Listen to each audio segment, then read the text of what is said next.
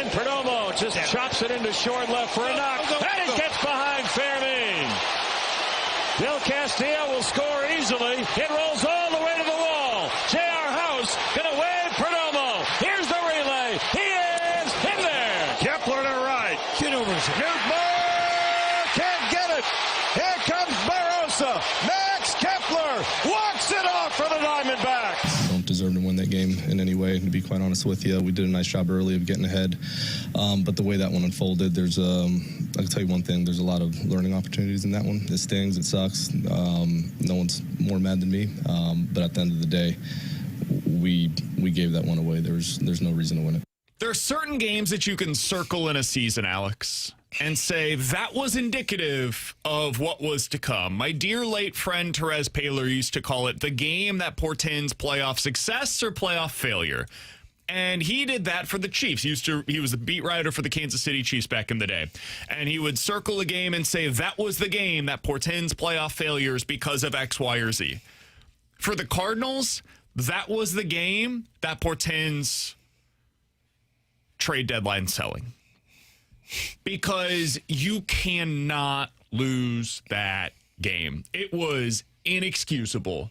And I respect the hell out of Ollie Marmol for coming up after the game and saying, yep, gave it away. Because they did. They flat out gave that one away. Walked in multiple runners, had a terrible base running error, and had an awful defensive play that I still cannot believe that was not deemed an error. Absolutely baffling decision by the official scorer, but whatever. 7-run comeback by Arizona. It is the biggest in franchise history. It is also the first time the Cardinals have lost a game after leading by as many as 7 runs since July of 2010. Alex, I was in high school the last time that the Cardinals lost a game in which they had been leading by that amount. Young pup Tanner was still learning how to go on the toilet. I think so. Yeah, like 4th grade maybe. You can't lose that game, man. You just flat out cannot do it. The last time that the Cardinals lost a game while leading by that many runs, Ryan Ludwig was on the roster. John Jay was still in the outfield for them. They had a rotation that included Chris Carpenter, Adam Wainwright, Jaime Garcia, Kyle Loesch, and Jake Westbrook. God, those are the good old days. Yes. Ryan Franklin was closing things out, and Kyle McClellan was in the bullpen. I love Kyle Mack. I couldn't believe it as I was watching. What did you make of their loss yesterday, Alex? I mean, it's to me the start of the end. You hope that's not true, but like when a series like that happens, you start to kind of see where the team is headed. I mean, look, it's inexcusable. You don't lose by 7 runs when you're up by 7 runs in the 6th inning. And I mean, the biggest thing is, and I know they had the error that led to the inside the park home run, but like with the 2 walks where you're walking those guys in, you don't have anybody in the bullpen that can shut it down for you. Like, you have very little you can trust in that bullpen because that was a decent performance by Palante. Now, you'd prefer the 3 runs to not happen, but you know what? As a 5th starter for you is what we kind of put on him. That's who Andre Palante is. And the fact that you got to Rodriguez for 5 runs and had him in for 2 2/3, we talked about that on Friday. That's the game I assumed they were going to lose. Agreed. That's the game that I assumed Rodriguez was going to beat him up, and then you're talking about having to win the first 2. They were great against him. Had a excellent game plan and pushed him out early. So the fact that you went up by 7 and then you just coughed that one away, I mean, it's just brain fart after brain fart. Like the Fermin error in left field when you get the walks with those guys. Just, to me, that seems like it's the start of the end for the Cardinals, depending on what they decide to do, because I agree. I have to imagine that if you're Chaim Bloom or if you're the front office and you're trying to determine where this team is at, sure, you're going to look at the standings when you get closest to it, but man, a game like that, a series like that you kind of needed to take 2 of 3 against that's going to be chasing you down, I think this may be more of the, okay, is this who the team truly is? There are just so many situational errors where it's like a lack of awareness of the situation. Yeah. Like Palante, brother, you're up 7-1. You just can't walk him. Yeah. Brother. Just put something in the zone. That's it. Your stuff plays. And that day it had been really good. And he failed to do it. Ryan Stanek, I know you got some walk issues, man, but in this spot, dude, you throw 100. Just use that and throw it into the zone and trust your defense to make a play. Speaking of the defense, Fermin, buddy, That was the worst route I've ever seen. You're up in this spot 7-3. You don't have to play this aggressively. Just play no doubles. Yep. Make sure you get behind it and make a strong throw into the infield. That's all you have to do. If that run scores and it's 7-4, man, it's the bottom of the 7th inning. We're up 7-4. We're good. All is well. And then later on, when you're in, the 10th inning, where you've got potentially the runners on the corners and Walker pops out, where are you going, Torres? Where are you going? It's very clear that ball is going to be caught. Just stand on first. All that has to happen there. You cannot get doubled up in that spot. And somehow he found a way to get doubled up. So it's just all situational awareness, which is stuff that I have not been able to say about the Cardinals for the vast majority of the season. They've been really good in these areas.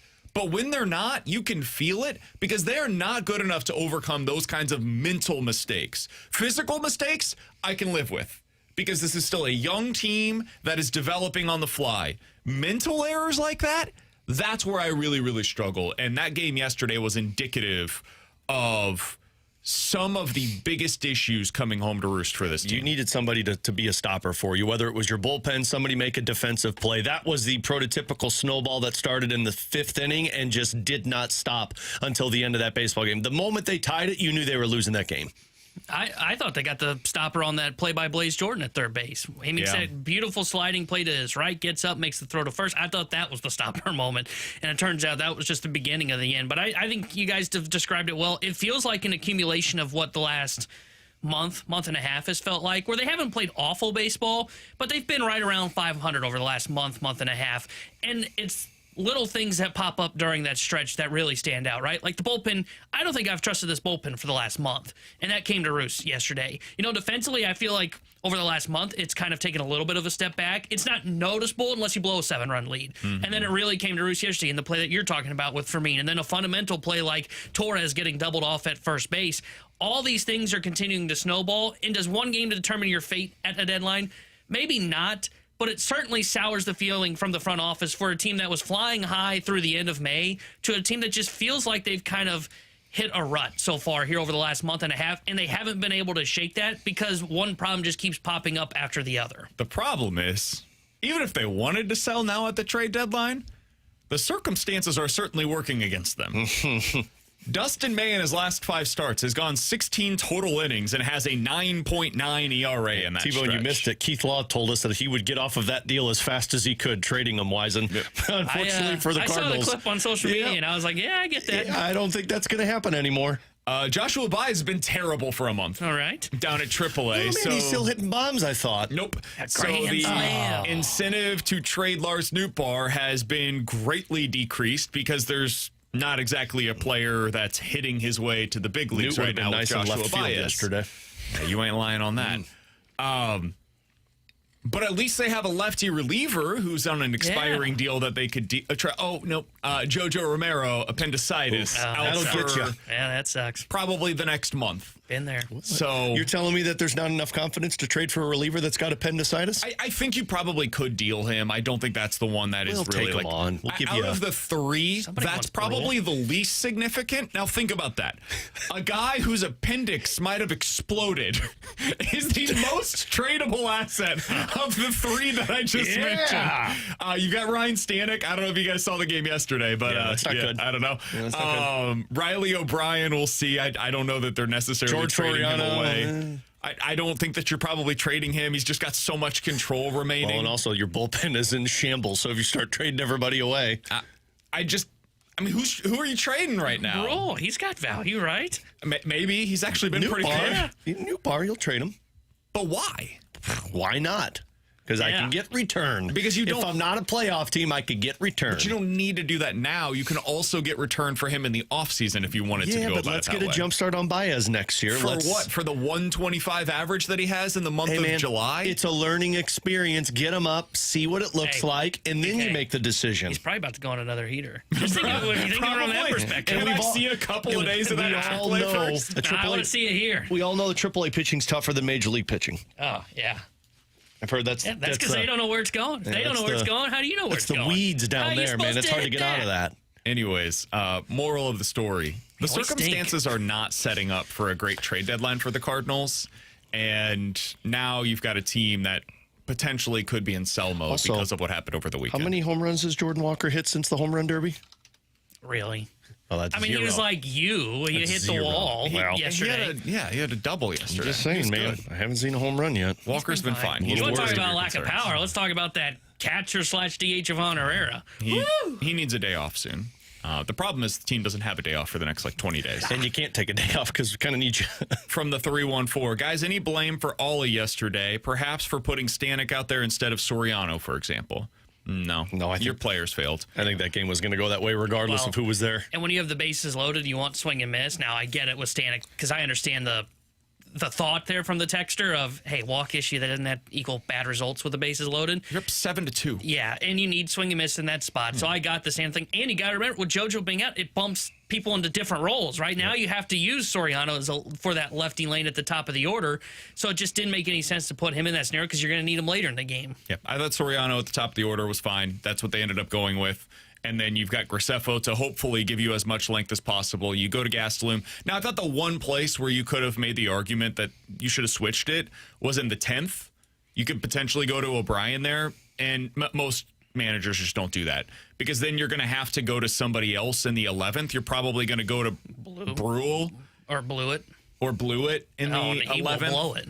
And are you feeling good about either of those? I forgot that the guy's name was Blewett when you said that. I'm like, are you making fun of Brule and calling him Blewett? I don't know if Brewett's And then available. I remember Brewett. That's the reason I didn't say him because he threw, I think, 21 pitches the day prior. 22 pitches the day prior. That guy has a rubber band arm, so Yeah, I would he may guess have he been was fine. probably available, but Pitched on a turn angle. He could be good. you technically could have gone to Swanson, I guess. I forgot about Swanson. You could have done that too, Good. but So this bullpen, what I'm learning is people are forgetting a lot of these guys are in the bullpen for you. Yeah, moral of the story, they just didn't have good options. I thought Ollie was fine yesterday. I again, the 10th inning was the one spot. We talked about this in our group text of what do you do there. I think there was legitimate reason to go back to Gastelum there. I don't think there are very many managers that take him out in that specific spot, but that was the one place that I could have understood going elsewhere, and I think it was a 50-50 proposition. I just think your bullpen is full of a lot of the guys that have results like this. I think anybody you would have put in any of these situations, you probably would have been looking the same outcome. That felt like a snowball that nobody knew how to stop. He's Alex. That's T-Bone. I'm BK. Good to have T-Bone back in the saddle with us. Appreciate Bradford for all of his hard work a week ago. Coming up in about 15 minutes, we're going to talk some Mizzou football. How about that, Alex? The Tigers are at center stage today as they have SEC Media Days. What did Eli Drinkwitz say to him earlier, say to the media earlier today? We'll get into that coming up in 15 minutes. But next, 314-399-9646. That's the Air Comfort Service text line. YouTube chat is available for you at youtube.com/101ESPN STL. Coming up next is time for the latest edition of the Cardinals Bullpen Circle of Trust. Ooh.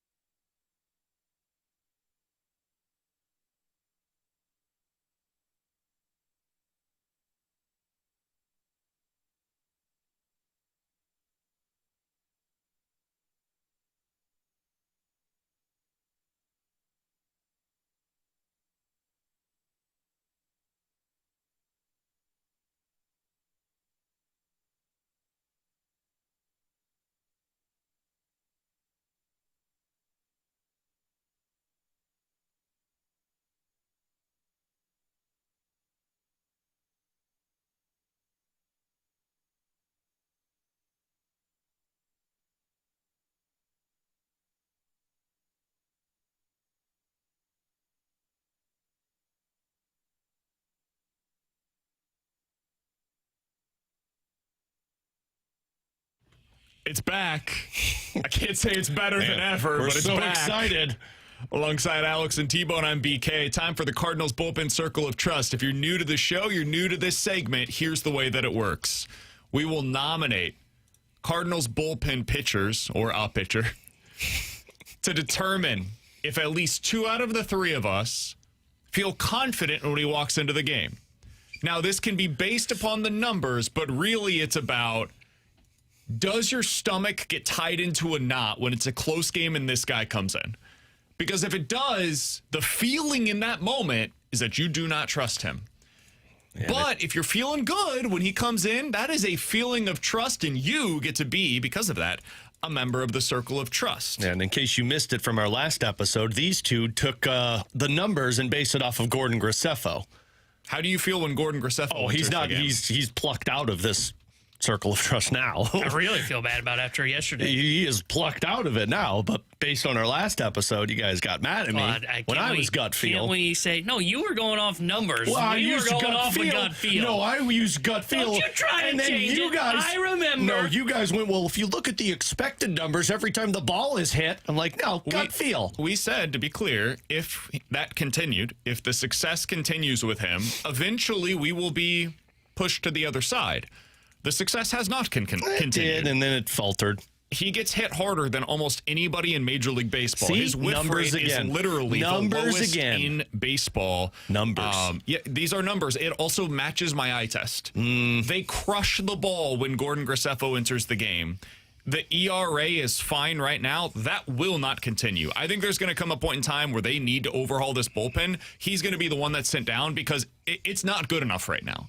His stuff is not playing well at the major league level. So We don't even need to be arguing about this because I'm not volunteering him. Cool. I will go ahead and get us started, if you guys are cool with that, with the first name that I think is deserving of being in the Cardinals bullpen circle of trust. I still feel good about Riley O'Brien. I know he's had his blow-ups this year, but the guy for the most part is nails. And he's very clearly, in my estimation, your best bullpen option right now. He's got a 3.3 ERA on the season. I still feel pretty darn good when that guy enters the game. So I'll nominate Riley O'Brien for the Cardinals bullpen circle of trust. I mean, it's a low bar to clear, but out of all of them, I'd say he's probably the one I have the most confidence in. I mean, I do get a little nauseous. IBS starts to flare up a little bit when I see him come out, mostly because of the walks, and you're just thinking it's like, oh God, this is going to get away. But I still think he's your best option when it comes to tight baseball games, and he does still have that swing and miss stuff that I feel confident in. So I'd agree with him still. Yeah, I would vote him in, but I don't feel good about it because I still have some trust issues with him. But I do think he's looked better in the month of July. The expected numbers seem to say, hey, he's still just been kind of okay. 4.2 expected ERA, even though it's 0 right now in the month of July. But I do think he's starting to get closer to what he was in the first month, so I would agree. I would vote him in. That's my nominee. Do you guys have a second? It's okay if the answer is no. You don't have to, but I don't. Do you guys have anybody else? I'll nominate Soriano. I don't know that I feel great about that nomination, but I will throw him there because I think right now he's one of the guys I trust when he comes out of the pen. I feel the same way. I don't think it's been great for Soriano, but I do feel pretty good when he's coming into the game. I don't feel as though, Cardinals are about to blow it. And typically, when he enters a game, after the first batter, you've got a pretty good idea of how this is going to go. Mm-hmm. Either way. So I'll go ahead and add him to the mix as well. I do think he would be my second most confident option coming out of this pen right now. I'll nominate Scott Blewett because I haven't seen him for the Cardinals, and I'm pretty confident. I think that tells me enough about where they're at with him. No, I don't have a nominee. I really don't. Would you vote in Soriano? I'm kind of like a little below where I was at with Riley O'Brien. So, like, I'm fine with it. I don't have the same confidence you guys have. Like, when he comes out, I still feel like I kind of feel like he's a different version of Ryan Stanek, to where it's like, yeah, sure, you can turn this one around, but there's no confidence that I know you're going to get through that. It's like, good luck. I got a wild one for you because it's quite the journey of an arc here for T-Bone. Please. Graceffo? No, I know where this one's going, and I can't wait. I would like to nominate Justin Brule, the guy I tried to DFA about a month and a half ago. To his credit, that junk throwing lefty, it ain't sexy, but gosh darn it, it gets the job done. Yeah, I'm not doing that. Justin Brule, in his last 32 innings, has a 2.5 ERA. I don't. Dude, And the underlying numbers say that it's real. You're giving me the numbers, and this whole segment's based off of gut. And every time he comes out of that bullpen, I'm worried it's going to go poorly. But is that because he's actually gone poorly, or is that because we remember the first impression, which was not good? No, it's because like almost every other start or appearance by him, he's given up some type of run. And That's mostly because he's gone multiple innings in a lot of those appearances. I get it. That's not fair. I don't feel comfortable. Okay. I'm not going to put him into the circle of trust. All right. I'm not there. Sure, you're going to join the bandwagon But late. I do think he's deserving of a nominee here because the guy has been mostly nails for you. The Don't get other a thing shirt is with a nominee. he is tough as hell. This guy Yeah. will go out there day after day after day. He's got to be up at the top of the league when it comes to bullpen appearances this season, right? I've not checked on that lately, but I've got to imagine he's pretty close to the top. Let's see here. As a reliever, innings pitched so far this season, he is Not top. 20th in Major League Baseball. All right. By appearances, he is 29th in Major League Baseball, tied for 23rd, actually. JoJo, Soriano, and Brule all in the top 30. By innings, by the way, Alex's guy, Gordon Graceffo, 17th in Major League Baseball so far this year. 48 innings coming out of the bullpen with a 3.1 ERA and a 5.6 expected ERA. That's still fine. Prior to these last week, I was still confident with him. Him outperforming his expectations by that amount is crazy. Yeah. It's got to be one of the widest gaps in all of Major League Baseball. He's a fireman. Right, Sometimes you can't put the fire out, but most times you can. All right, so we've got two nominations, two inclusions in our Cardinals bullpen circle of trust. Riley O'Brien and George So did we Soriano. kick people out? I thought we had 4 in there last I time. think so. It's gonna be Stanek awkward. was in there. It's gonna be awkward this home scene when I got Romero was in there. I mean, is Romero Is in it- there even though he's got a... I don't feel great when JoJo I don't comes either. into the game right Is now. it bad taste if I ask for JoJo's shirt back while he's laid up in bed? Yeah, I think that's bad taste. kinda needs Okay, it, I'll man. wait till he's back. Kinda needs I'll it. wait till he's back to get the Circle of Trust shirt back. Yeah, that honestly feels It's always about an right. awkward conversation. T-Bone, you can turn that bed down. As a follow-up on this conversation about the bullpen, when you look at their biggest weakness right now, it's the bullpen, right? Yeah. We can all agree? Because the rotation has its difficulties, especially when Dustin May goes out there. But I feel good about McGreevy. Palante was solid yesterday. Liberator was really good in his most recent outing. Kyle Leahy has quietly been awesome for most of the season. The rotation is fine. It's representative of what a middle-of-the-pack kind of a team probably has in its rotation. I think the lineup is decent to good most days. The bullpen, I can't say that about. The bullpen has been really bad for about a month now, and I don't think there are solutions. That's the other thing. Where the rotation, hey, you could call up Quinn Matthews, and I think there's at least a chance that he's good for you, and it improves upon one of these spots. I truly do not know what you do to improve this bullpen. Luis Gastelum was the fix. And they're hitting rockets off of him right now. Anytime he doesn't throw that changeup, I'm worried about what's going to happen to the pitch as it gets deposited into the seats. Yeah, I mean, even the two guys that we've put in, I don't feel great about them. They still make me nervous, and that's even including your closer, who was an all-star. So, yeah, your bullpen is the weakest link right now for your team. And the scarier part about it isn't so much it's the weakest link, it's there's no answers to fix it. There's nothing in the minor leagues that you feel like, oh, well, you could bring that up and it makes it better.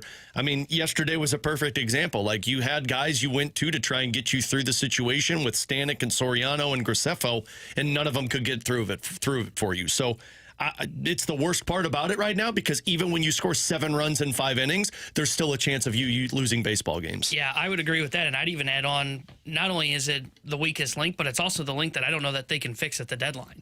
Because even if they want to buy, they're not going to want to give up the capital it takes to get a bullpen arm. That is the most sought-after thing in baseball at the trade deadline is bullpen arms. And if you look at the Athletics today, they did a great job putting together a trade board.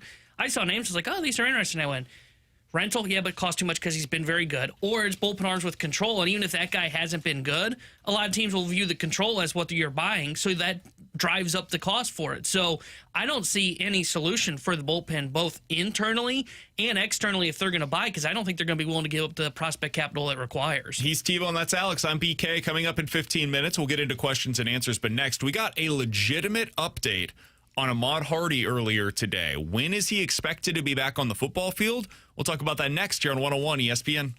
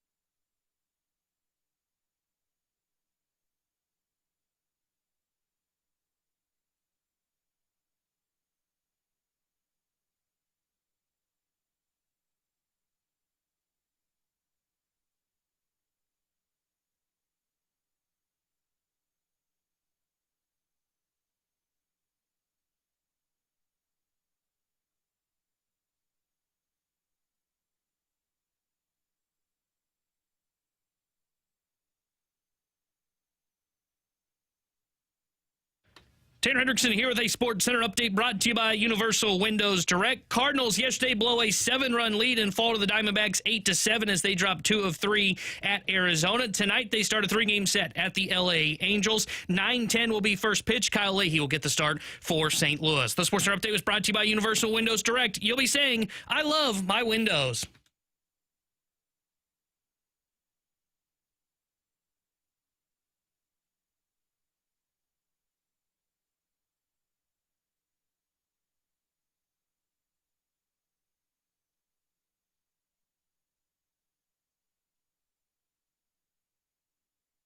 Alongside Alex and T-Bone, I'm BK, 314-399-9646. That's the Air Comfort Service text line. We'll get to questions and answers on the other side. Alex, we got a first real update on Ahmad Hardy earlier today. Eli Drinkwitz speaking out at media days for the SEC. He told the media that Hardy has been medically cleared. He can begin his 5 to 8 week return to play procedure. And Drinkwitz says that the expectation is he's going to be able to play at some point. They don't know when. They're not going to put like a specific, this is when we're expecting Ahmad Hardy back timeline in place. But 5 to 8 weeks, possible that it could be a little longer. That puts him back on track potentially by the start of SEC play. If you had told me the morning that we found out, hey, Ahmad Hardy has been shot, that he could potentially be back by week 4 or somewhere thereabouts in the Mizzou football season, man, I would have hit a button as quickly as possible to lock that in, because there was a chance at the time that he could never play football again, much less return to play that quickly. This is huge news for Mizzou, because this is a team, as we'll get into here momentarily, that has a ton of question marks. He's one of the very few things that I could seemingly bank on heading into the season. So what was your reaction when you saw the news earlier today that it could be sooner rather than later that Hardy is able to get back on the field? One, just happy that it's a full recovery. I mean, personally for him, like, you're worried that his football career is over when you hear something like that. So the fact that he's back in 5 to 8 weeks is massive. But I mean, for Mizzou, we were talking about it in the office. I mean, 5 to 8 weeks puts you right around the time where you're looking at SEC play. And I think if you're Drinkwitz, the only thing, one, other than, his full health and safety, is that he's back by the time you start to play Mississippi State, Florida, Texas A&M. First 3 weeks prior to that are Arkansas, Pine Bluff. That's a toughie. Kansas on the road, and Troy. Yeah. So those 3, like, you expect to win. Kansas probably the toughest of the bunch, but you expect to win all those 3, and you hope Jamal Roberts can continue what he did last year and push forward with this team for the first 3 weeks. And with your new quarterback, you have a little bit of upgrade on the offensive side. You get Ahmad Hardy back, and he's healthy once you get into SEC play. That's the best case scenario for the Tigers, because now you get him fully healthy, fully rested, and you have that workhorse behind you when you get into SEC play. So that's probably the best news that Mizzou could hear, is that he's healthy and that he is hopefully going to be back sooner than what we expected. So the fact that you get him for SEC play by Florida is where I would imagine you hope he's on the field for you. Yeah, and BK mentioned the question mark surrounding Mizzou. If Mizzou's going to be a team that surprises national people, if you want to put it that way, or wins 9 games this season, they need that doublehead monster in that running back room of Hardy and Roberts by the time they get to conference play. Because I think Alex described it perfectly. For those first 3 games, Kansas will be a little bit challenging because it is a Power 4 team, and we'll see what they are. They may surprise us this year, but it's on the road, big-time rivalry game. But, like, Troy's nothing to write home about. Arkansas, Pine Bluff, that's a FCS school. It's really when you get to SEC play that you really need to have both your running backs available. And this is a good start for Missouri that they've gotten this good news today. That was good news. Bad news is their starting right tackle is potentially going to miss the entire season. Okay. Well, all right. Well, good. It's not like you need that for your running game. Josh Atkins is the kid they got from Arizona State, transferred in this year, and he basically said, Drinkwitz said earlier today, he had a setback with his leg injury, probably not going to be able to play for at least the first half of the season. He said they were expecting him at some point, like about halfway through, and now because of the setback, that's not going to happen. My anticipation is he probably won't play this year. That means you're going to have a backup right tackle in the mix.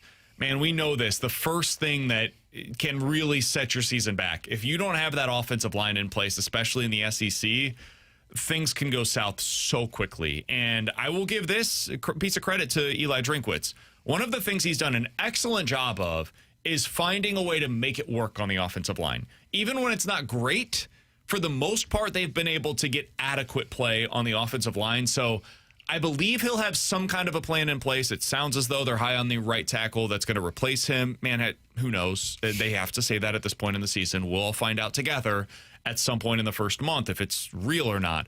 But it's not what you want to hear, because this guy was slated as the starting right tackle, and he wouldn't have been if he wasn't the best guy available for them. Well, the good news, though, is you got a new quarterback that's mobile, that you can get the best out of on the offensive side, and that's the excitement of it right now. The tough part about this is one of those weird occasions where the right side of your line is actually the blind side for your quarterback. Correct. With the lefty that they brought in Austin Simmons. So, yeah, not ideal. Watch your back. Like BK said, once you lose any piece of your offensive line, I mean, that can really change a season. But losing the blind spot for your quarterback, man, that's when guys start to get uncomfortable. I said this before. It'll be fine. This is... He did say that before.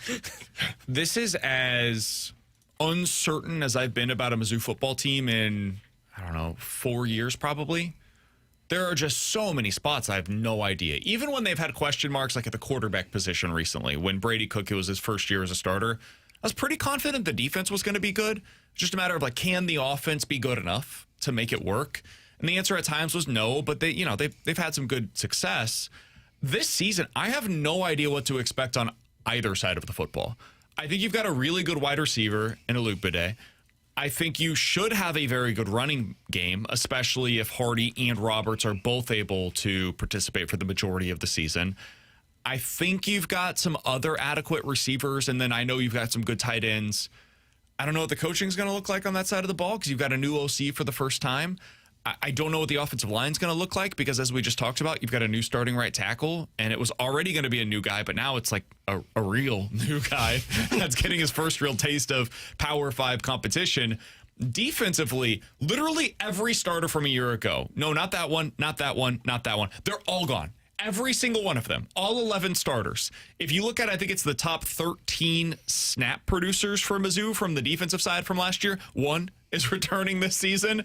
So it is a completely new mix on the defensive side of the ball. They've brought in some seemingly very good transfers.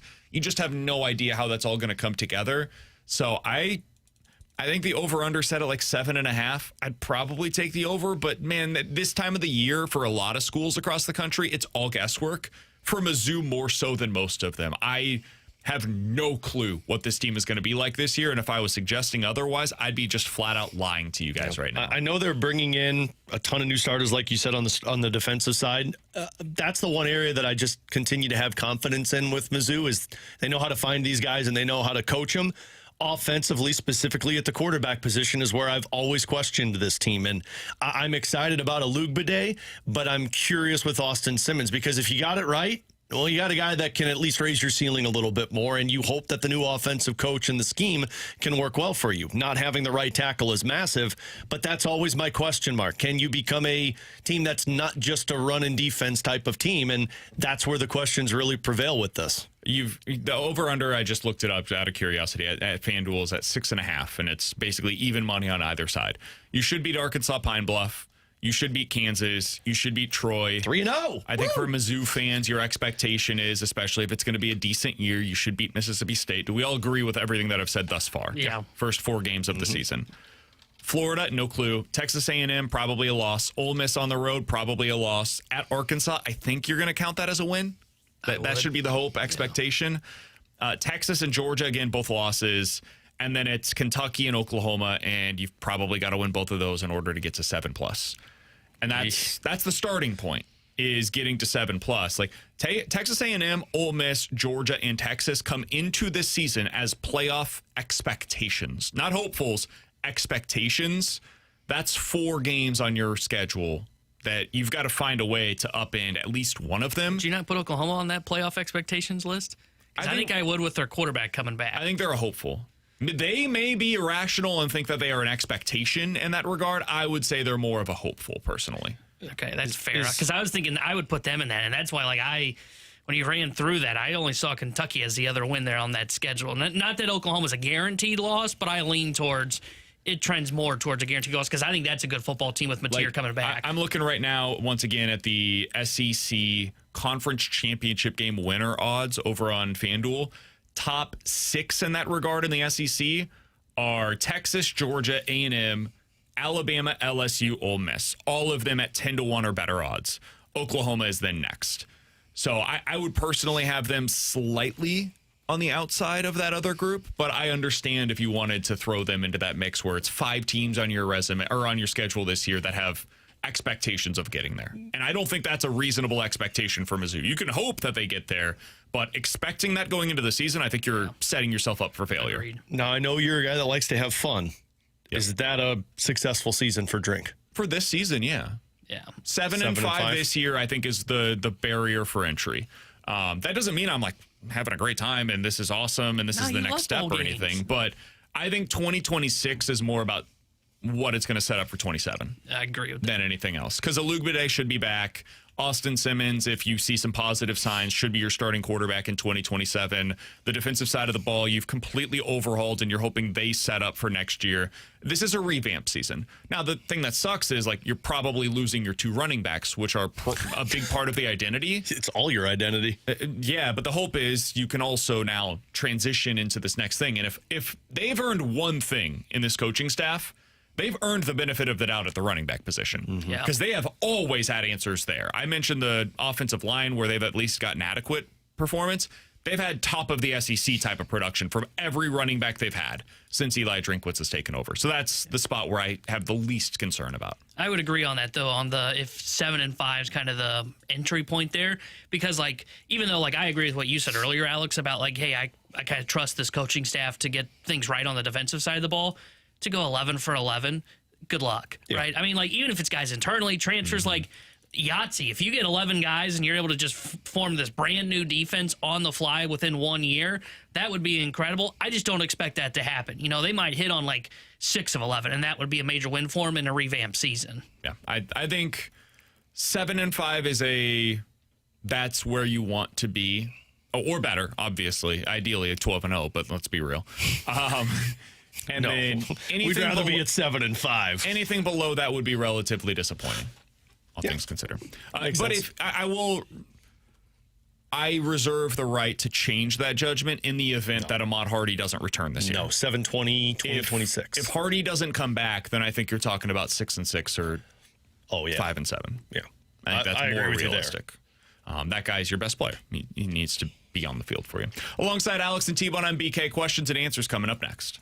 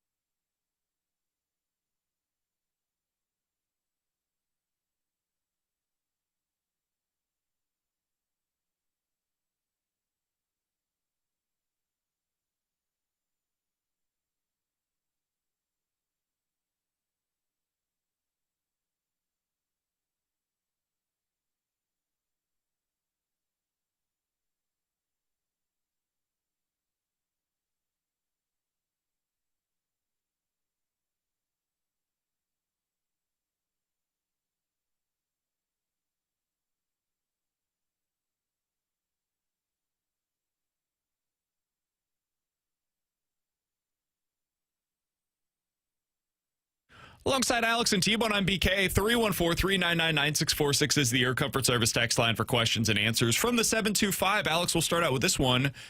If you had to pick, would you rather have the Blues get a second pair defenseman or a 35 to 40 goal scorer? I mean, I would rather have the 35 to 40 goal scorer. I think that's obvious. I'd rather take the 35 to 40 goal scorer. I don't know how you're getting him or what you're giving up or what you're paying him, but I'll take that guy. It can be expensive.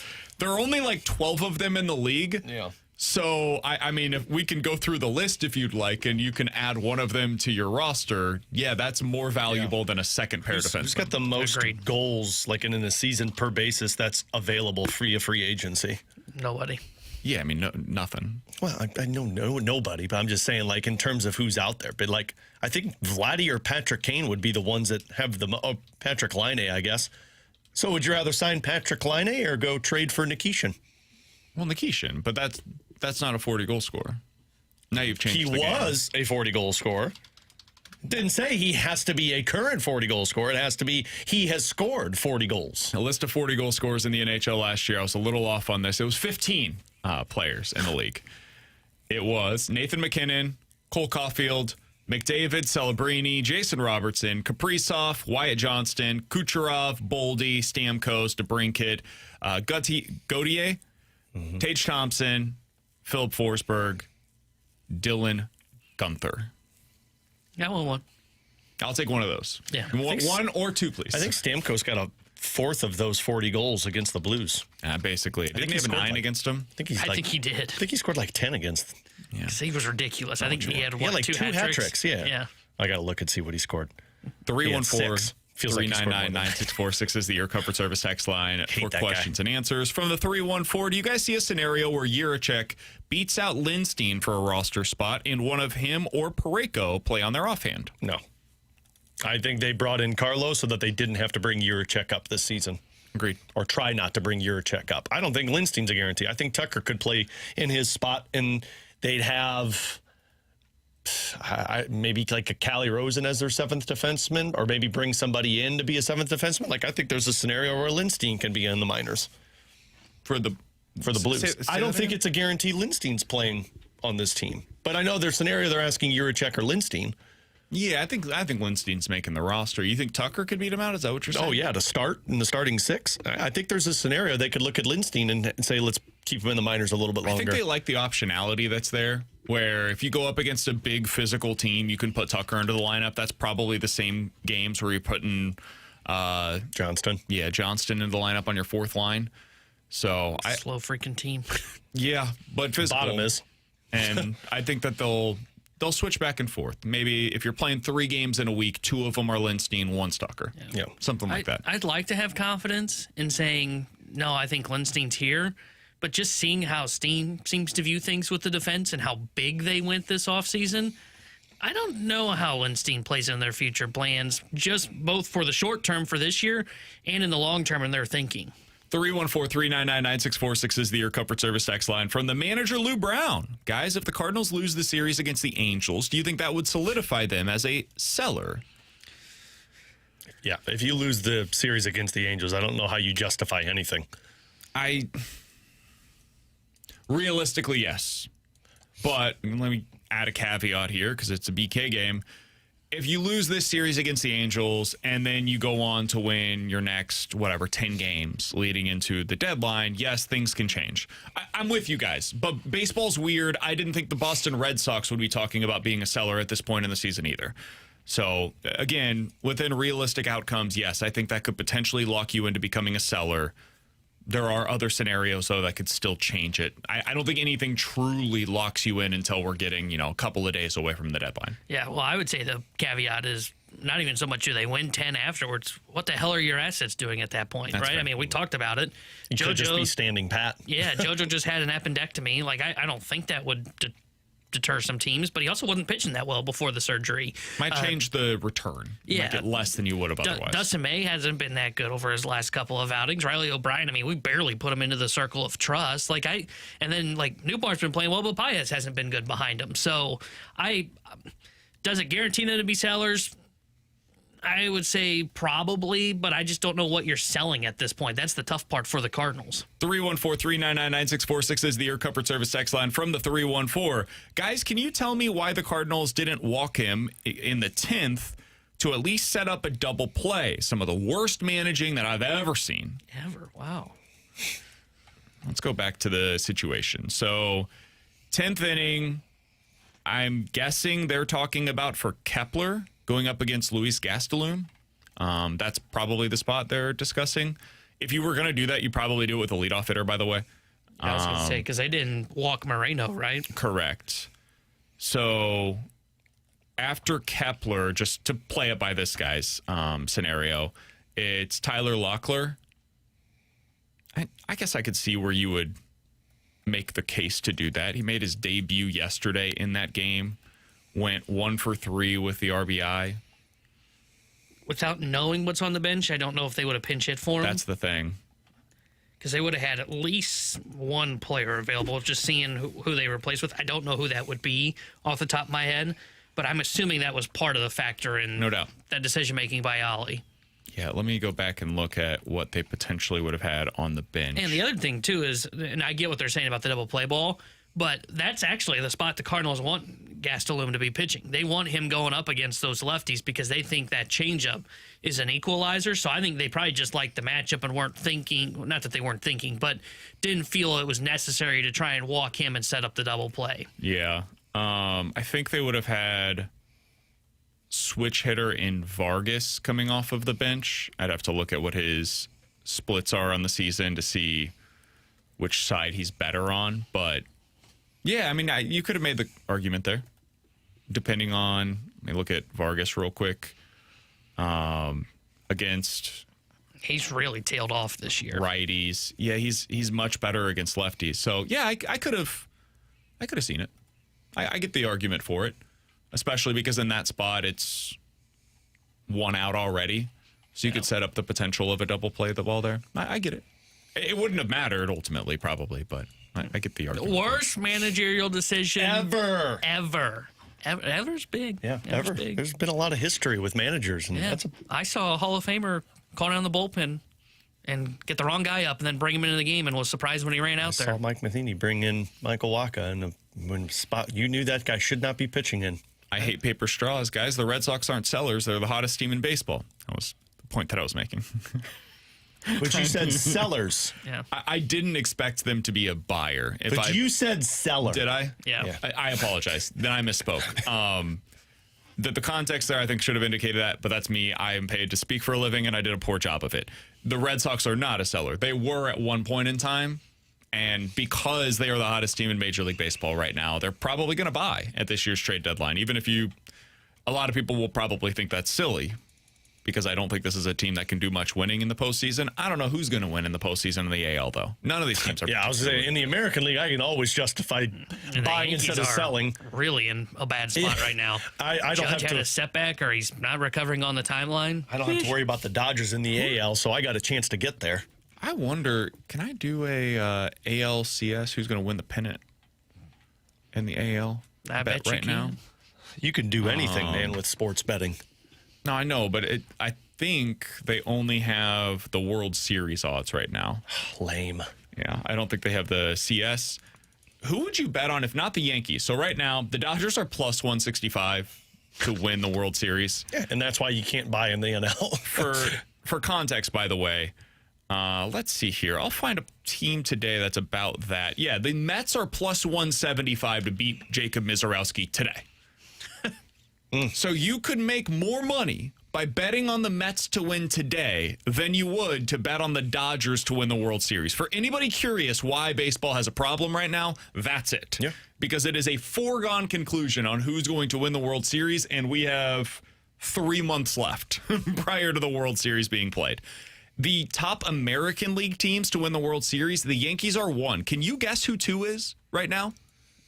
Is it Tampa Bay? I was going to say Tampa would be number Seattle? 2. Seattle is 2 at 11 to 1 odds, the same as the Atlanta Braves. Tampa is 3 at 18 to 1. Can you guess 4? Is that Boston? Boston is 5th. Texas? Texas is fourth. Really? There you go. At 25-1 to win the World Series. Minus 31 run differential. Yeah. Yeah, that's where we're at. You could always Seattle, be a by buyer. the way, the second most likely team to win the World Series from the American League. As of today, not in the playoffs.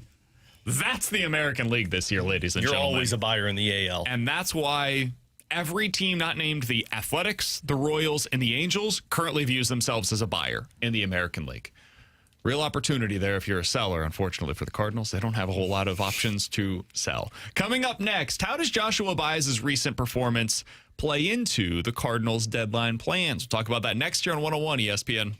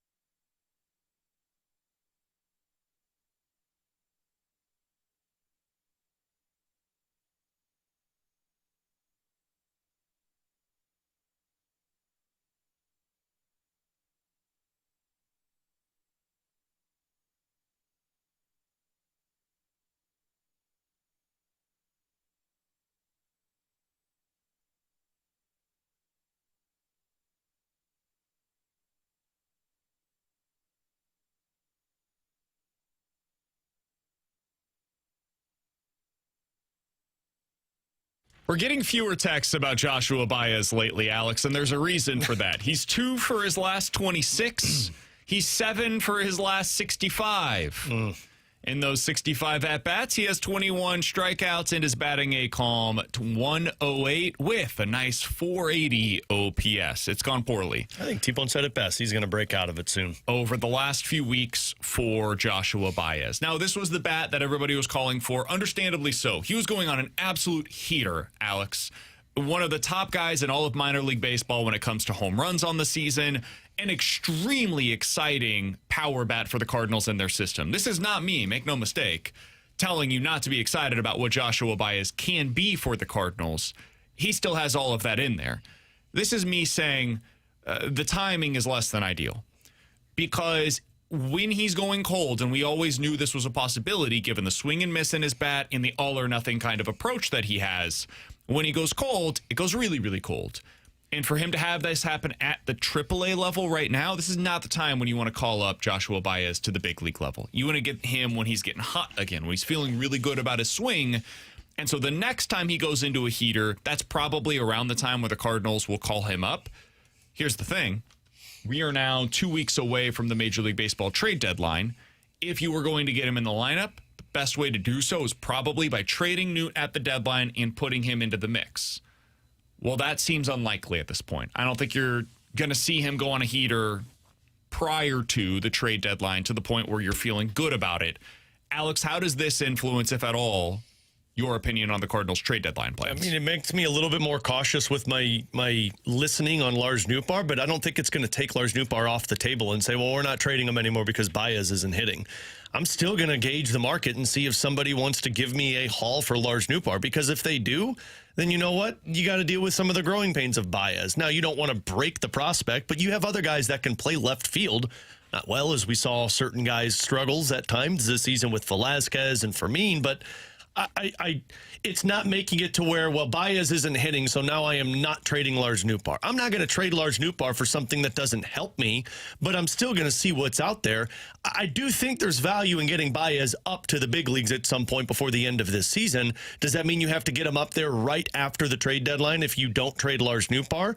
No, but I still think even if he's struggling, you want to see what he looks like at the major league level so you know what you're working on going into next season, because I would imagine they're going to look at him as next season a option to be playing in one of those corner outfield spots. But maybe I was more fiery on, yes, trade Lars Nootbaar because Baez is hitting. I'll temper it a little bit because of his struggles, but I'm still going to be listening to see what's out there. I'll listen, but I have no real incentive to do it right now. Like, agreed. Ty goes to keeping at this point, whereas Ty, when Joshua Baez was hitting the way that he was, went towards trading him. If I was in seller mode, just as the standpoint, I don't feel like the Cardinals are selling Nootbaar at the deadline now. I would be surprised if he's traded. And it's in part because I don't think you have an obvious internal replacement. Like, if you sell Newt right now, your outfield is probably Church, Fermin, and Walker. Yeah. You're conceding. And I don't think that's something they're prepared to do unless they get completely blown away, which I think is highly unlikely. Nootbaar's not the kind of guy that you would typically see a team just go crazy for at the trade deadline. Those are starters. Those are big-time relievers. You see that more on the pitching side of things. Position players, generally speaking, don't have a huge market at the trade deadline unless it's Juan Soto. Yeah, that's what I was going to say. I can't think of a player of Nootbaar's type that's gotten like this big return that got dealt at the deadline, because you're right. Like, the biggest hauls we've seen, Juan Soto's a freaking superstar. Like, who's the Nootbaar that's had control that's gotten done? I know Kwan was kind of flirted with by the Padres. Trey Turner, but he was with Max Scherzer in that deal. They got a pretty good return on that one. And I would call Turner kind of a star. I mean, that guy was unbelievable. Yeah, that guy was a star when he was traded. Sorry, I should have clarified. That's the other position player that gets a huge return, but you're right, it's a star. So I'm with you. Like, I don't see anybody blowing them out of the water, and I think it's become, because Baez has gone through this struggle, it becomes more appealing to hold on to Lars Nootbaar, because it's also a thing that doesn't have to get done right now. You know, we kept saying this, and I said this when it was they were playing well, and we would talk about, yeah, but they should still be selling, right? And I said, I would just hang on to Nootbaar. I can do this in the offseason, right? I can clear up the spot for Joshua Baez once we get to the winter meetings next year and try and figure this all out.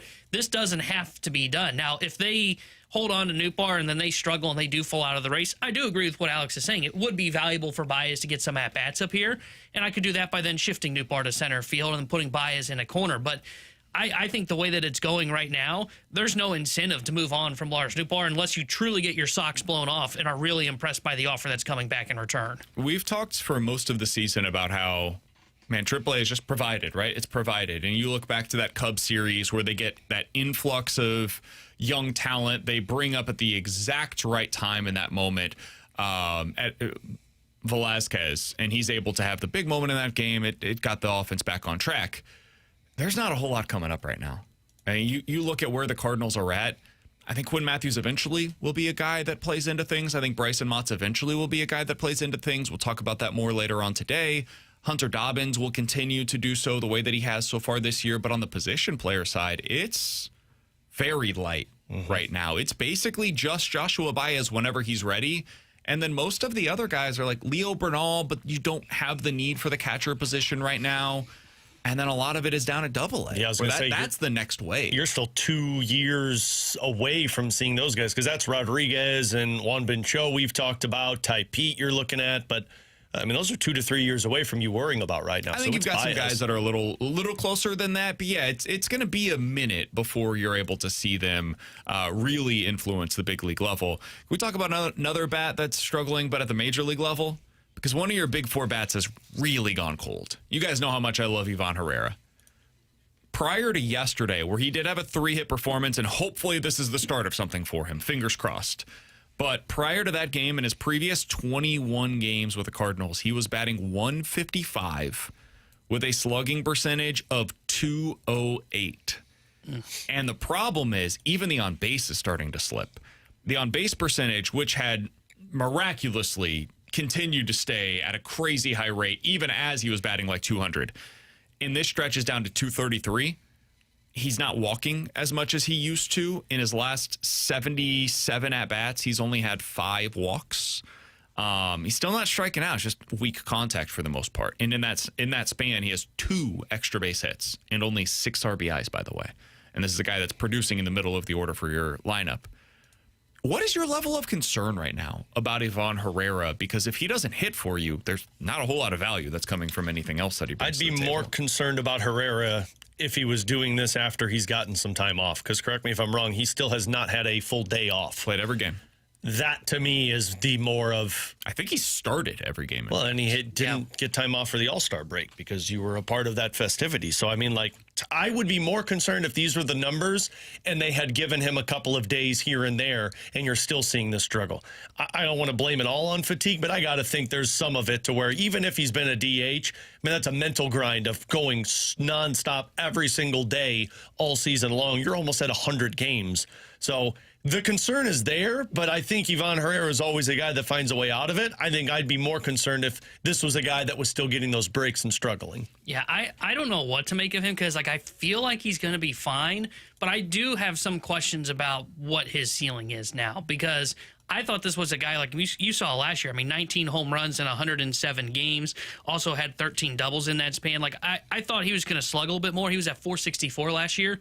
And he hasn't done much damage really all year. And that's not been a, well, this is in the midst of this weird stretch that we're talking about. Now, the slug just hasn't really been there for the entire season. So that is one thing that does make me a little bit more concerned about his ceiling. I think ultimately he's going to be fine. I think where he's going to settle in at is more of a high average, high on base guy with just a little bit of thumb and not have that upside like superstar ceiling we thought where he would be a guy that could slug like 450 plus. Yeah, he's still on pace for 20 doubles this year, or 20 homers this year, excuse me. What surprised me is the lack of double power. And this is really the theme for the Cardinal season overall for the team. I thought they would have more doubles from J.J. Weatherholt. I thought Ivan Herrera would have more of those. Those guys and their lack of doubles power has really surprised me, especially at this ballpark. Mm-hmm. This is a ballpark that should play toward that. I mean, you're seeing it from Burley. You're seeing it from Walker. Other than that, though, Wynn, I would say the same thing. Where are Mason Wynn's doubles? Why aren't they happening this season? He's at 12 so far this year, which is like 3 more than Nathan Church. Yeah. Well, I mean, these guys just aren't driving the ball. Well, not Weatherholt. Weatherholt's a weird one. But, like, Herrera, if you look at, like, his average exit velo, it's lower than you would expect. Like, it's, I think, league average, if I'm not mistaken. Yeah. Mason Wynn's the same way. And it's just hard to hit for doubles if you're more kind of the slap power, for example. And I think that's the thing that is surprising. Because like last year with Wynn, I've said this a lot. I thought the knee thing, I thought that was why there was that lack of power, right? I agree. So I was able to kind of write it off, and maybe that did play a part of it. But then that doesn't explain this year, unless there's something else wrong with him that we don't know about, and that's possible. Same with Ivan Herrera. Herrera, I don't understand what to make of his lack of slug so far this year and the lack of his authority driving the baseball. Yeah, I don't get it, but that's something that needs to be improved. And like I still think Ivan Herrera is going to be a very good hitter. Hopefully, again, yesterday was a sign of what's to come, but it does change a little bit how you're feeling about him. It kind of feels like a Newt Bar type of a season. High on base, lower slug, batting average is just okay. It feels very like number 2 hole hitter long-term kind of a profile without that same ability to be like a 3 to 5 guy. And so it changes the flexibility within the lineup because this kind of a producer is more likely to be toward the top as opposed to somebody that's more of a run producer in the middle of your order. Well, and the other question I would ask, and this was my thing about him catching, how much of this is maybe him catching? Fair question. 2 times a week, right? I mean, we know about the bumps and bruises. I mean, you see him get foul tips off the legs. Yeah. You catch a couple balls in the hand. Like, just for example. If that's the case, then why are you playing him every single game? Because if he can't, I think this year was about learning. Yeah. Finding out can he do it? And that's you fair. didn't know the answer previously because of the injuries and because of the issue with him as a game caller. I think the game caller stuff has been fixed. I don't see issues with that this season. But he still is not throwing out any runners. Yeah. And it may be taking a toll on his body. That's something we don't know on the outside looking in, but it's possible that is the case. And the question has to be, what's his best tool? And my answer would be his hit tool. You know, and like last year, the reason I brought this up is if you look at his average exit velo, 91.2 miles an hour, that was 78th percentile. You go to this year, and it's dropped to 89.1 and is 45th percentile in baseball. Now, maybe that's just coincidence of he's catching every day, but I think that's a serious question that they have to ask. Is he getting nicks and bruises that are taking away some of his power? The other piece of that conversation, and this is an uncomfortable one, but it's the reality that they have to think about. If he's not a catcher, then where does he play? Yeah. Because ideally, he would not be an everyday designated hitter. Ideally, you don't have that. Ideally, you can use that to be able to get other guys into the lineup, like a Nelson Velasquez, who can come in and crush lefties a couple of times a week, right? Like, you at least have that flexibility. So where does Herrera go? Probably first base. Most likely. What does that mean for Burley? Exactly. And what does that mean for Alec Burleson and his future here? Do you then have to make a determination of one of Herrera or Burley is going to be here long term? And you have to make that choice as soon as this offseason, for example. Is that something they're ready to do? Is that something they're interested in doing? Those are the kinds of decisions that are looming for the St. Louis Cardinals. How does his season play into that? And that's the other reason, Alex, you asked the question. I think it's a fair one. Why is he still catching? Potentially because of that. Because you want to find out if he could do that a couple of times a week. Because if he can, it means he and Burleson can be here for the next few seasons. And if not, you may have to choose. Well, and my question wasn't so much why is he still catching versus why is he still playing every single day? To where, like, I feel like you want the bat. Well, I know, but at some point you got to think we've been using this guy, and his bat's gone cold, and if there are these bumps and bruises you're seeing him, you want him to figure it out. But I do feel like you got to prioritize getting a day off here and there if you start to see struggles and fatigue. I think that's fair. The first time where I really felt that was over the weekend, where I was like, hey, it might be time makes sense coming out of the All-Star break. Yeah, and I thought this weekend maybe was that time to do so, for specifically yesterday. And then I saw that he was catching. I was like, well, that's the opposite of day off. But I also think and then he went 3 for 6. So I also think they prioritized the series against the Diamondbacks to where you need, maybe you don't prioritize it as much against the Angels because you look at it and say, well, we hope we can pull out a win without Herrera getting a day off. The other thing, though, is like it's kind of hard to not have him in the lineup tonight. He's going to be a designated hitter most likely because he caught yesterday, and he just went 3 for 6. So if he has another good day today, do you put him back out there tomorrow? Probably. Yeah. And now you're right back into this thing. My guess is at some point you get he'll probably get that day on Wednesday, where it's a day game after a night game leading into another day game on Thursday, where they've got that weird 4:15 start makeup day against the Diamondbacks. We'll call that coming home day after the LA game. So my guess is Wednesday would be the day that they would circle and say that's when you get to see him get a day off. I don't feel as confident in that, but sure. Yeah, I feel like it's the trap that you get into. I like the way you're thinking. You just keep playing him because he's going to help you win. Coming up in about 15 minutes, what are realistic expectations for the 2 new additions for the Blues? JR put together some ideas for that. I want to get Alex's thoughts on this. If this is what they become, is it a win for the Blues? We'll get into that coming up here in about 15 minutes. But next, defense wins championships. It did exactly that in this year's World Cup. We're going to give you our thoughts on it next year on 101 ESPN.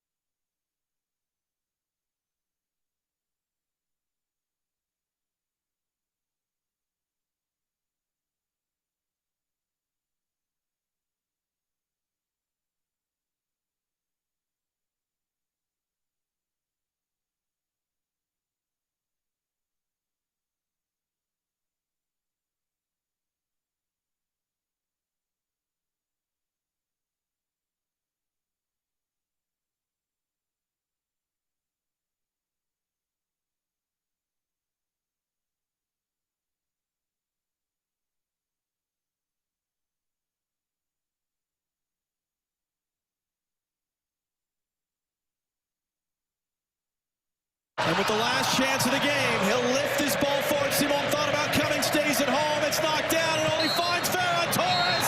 His final touch of the game. He had the decisive touch as well. Spain, for the second time in their history, have won the World Cup. Argentina was the 2024 Chiefs. That's what we learned. That's what we learned over the weekend. If you remember, the 2024 Chiefs were the team that everybody was like, man, I don't know. I don't think they're very good. And then we got to the playoffs, and they just miraculously found a way to get through the postseason, get to the Super Bowl. And I remember Kerry Davis on the fast lane saying, I think the Eagles are going to crush them. I think the Chiefs stink. And I was like, man, I don't know. Like, I've watched them all year. They seem to keep winning. They find a way to come away with all these wins. I mean, eventually that's a skill, right? We get to the Super Bowl, and my God, was he right. The Chiefs stunk it up. They were awful. Got completely exposed by the Philadelphia Eagles. Yesterday, that's what happened in this game. I know what the score says. It says 1-0. That looks like it was a close game. Alex, if anybody watched that game, you know it very much was not a close game. Argentina was never in it. Expected goals, your favorite stat, Alex. 2.3 for Spain, which kind of feels low relative to what they were able to do, to 0.2 for Argentina. Oh. I'm actually shocked it's at a 0.2 because they had 0 shots on goal. That's what I didn't understand. How did they have 0.2 when they couldn't even get a shot on goal? They looked like U.S. out there in the first half. They had 0 shots on target for the entire game. Anytime Messi would get the ball, they'd just kick him. They'd be like, no, you're not moving. We're not allowing you to get into space. You can have a free kick right here. We're fine with that. But you are not getting into the offensive zone. They completely shut him down. And the old mantra of defense wins championships, it's never been more true than it was in this World Cup. Spain was dominant when it comes to what they were able to do on the defensive side of the ball. Heard this one yesterday, Alex. Again, to stick with the expected goals number. You ready? Should be 0. FIFA has been keeping track of expected goals in the World Cup since 1996. And in that span, the team that allowed the fewest expected goals over the course of an entire tournament was the 1996 Brazil team that won it. In 7 games over that stretch, they allowed a combined 3.6 expected goals. So opposing teams, if you go by the expectations, would have scored a little less than 4 goals in those 7 games combined. This year's Spain team played in 8 games in the World Cup, 2.3 expected goals allowed in 8 games, Alex, total over this stretch. It was unbelievable to witness what they were able to do. They were absolutely suffocating. It felt like they had the ball the entire game, especially against Argentina yesterday. Just a remarkable performance by them. And it does not feel as though they're done. This felt like a starting point more than it did an ending point because their team is, relatively speaking, pretty young, and they've got studs up and down the lineup. I said the other day, I'm not sure they necessarily have a superstar. Yamal is probably the closest thing as they've got to that, and he was not at 100% in this tournament. It still was awesome. So I was thoroughly impressed by the way that they were able to shut down Argentina and Spain, or excuse me, Argentina and France in back-to-back performances. Yeah. Nothing short of outstanding. What'd you take away from their performance yesterday? That Spain was playing with their food. It was like watching a lion chase down a gazelle. I mean, like, the fact that they didn't get a shot on goal tells you everything you needed to know. You know, my dad had called me that day, and he was like, I got a bet. And he's like, you like Argentina? And I said, no. He goes, they got Messi. I said, I don't like Argentina. I said, Dad, Spain just shut out France. And France was viewed as the team that was going to win the whole damn tournament before it started. I said, this team is elite. I said, this is going to be tight in terms of the score, but it's going to be Spain victorious. And frankly, I thought for a minute there it was going to go to penalty kicks, and I was thinking, it's like, okay, well, this is going to be really exciting, and maybe this is the chance that Argentina has. But then just the moment Spain put it in, it's like, oh, okay, this was done. It was legitimately playing with your food, and finally they struck when it was like, all right, let's call this game. So, I mean, Spain was that way throughout the entire tournament, and watching them do that against Argentina, and make no mistake, like, watching Argentina do what they did and getting Messi to that point was something that will be memorable.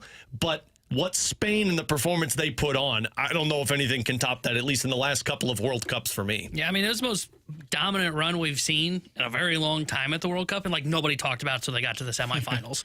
Because at times when they would do it, they didn't look that great offensively, you know? Yesterday they did. I mean, as BK read off the expected goals, like I'm with you guys. I'm shocked it wasn't a little bit higher for how well they played. But it's just a reminder of the two big things that matter most in soccer. It's one, defense, and two, possession. I mean, you look at the possession that they had. It's not just the fact that they were able to close out plays against Argentina, but the fact that they held on to the ball for as long as they did. They had 65% possession. Argentina was just chasing the game the whole time. And Stu Holden, the analyst on Fox, described it perfectly of they would switch fields, they'd pull Argentina out wide, so that way when Argentina did get the ball, there was nobody near them, right? So they had to give the ball right back to Spain. I mean, they just played them perfectly into what they wanted to do. They dictated how that game was going to be played. And to BK's point, man, it feels like they might be here for the next 2 World Cups because they are the first team ever to start 2 teenagers. Let that sink in. Teenagers in the starting 11 for them, and they were both very good in yesterday's contest. And again, one of them was not healthy. Yeah. He was hurt. This was them. Still looked better than most. With arguably their best player playing at, 60, 70%, let's call it. And meanwhile, for the U.S., just to use them as the comparison point here, one of our best players is hurt for part of the tournament. It's like, oh my God, what are we going to do? If that guy goes down, we're bleeped. Their best guy is, not at 100%, and it's as if nothing happened because they have, 7 other dudes that are just that good. Did I see that their goalie won best goalie for the tournament? Spain's goalie? Yeah. I think that's he should. He had to do nothing. Yeah.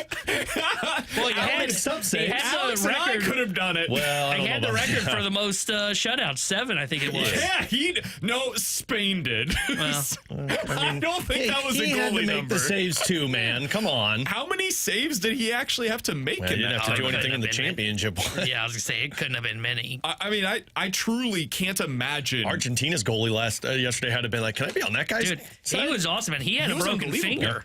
He was more deserving Broken of it. finger? Yeah. Oh, my God. He was unbelievable. In all seriousness, though, like big picture wise with the World Cup, do you think, T-Bone, I'll go to you. You're our soccer guy. Is anything going to come out of this from the U.S.? Because I'll just give you my little spiel. It felt huge here. I thought the tournament was amazing. Just anecdotally, the people on social media that came over here from other countries that just loved their time in the United States. I feel like that was something that we kind of needed. Frankly, I thought the tournament was well produced by America. They put it on, and it did very well here. I just think that it was a great moment for sports in the United States. And the U.S. men's national team had a few great moments up until, the Belgium game. And this would traditionally be a taking off point. You go back to the early 90s. That was the beginning of MLS.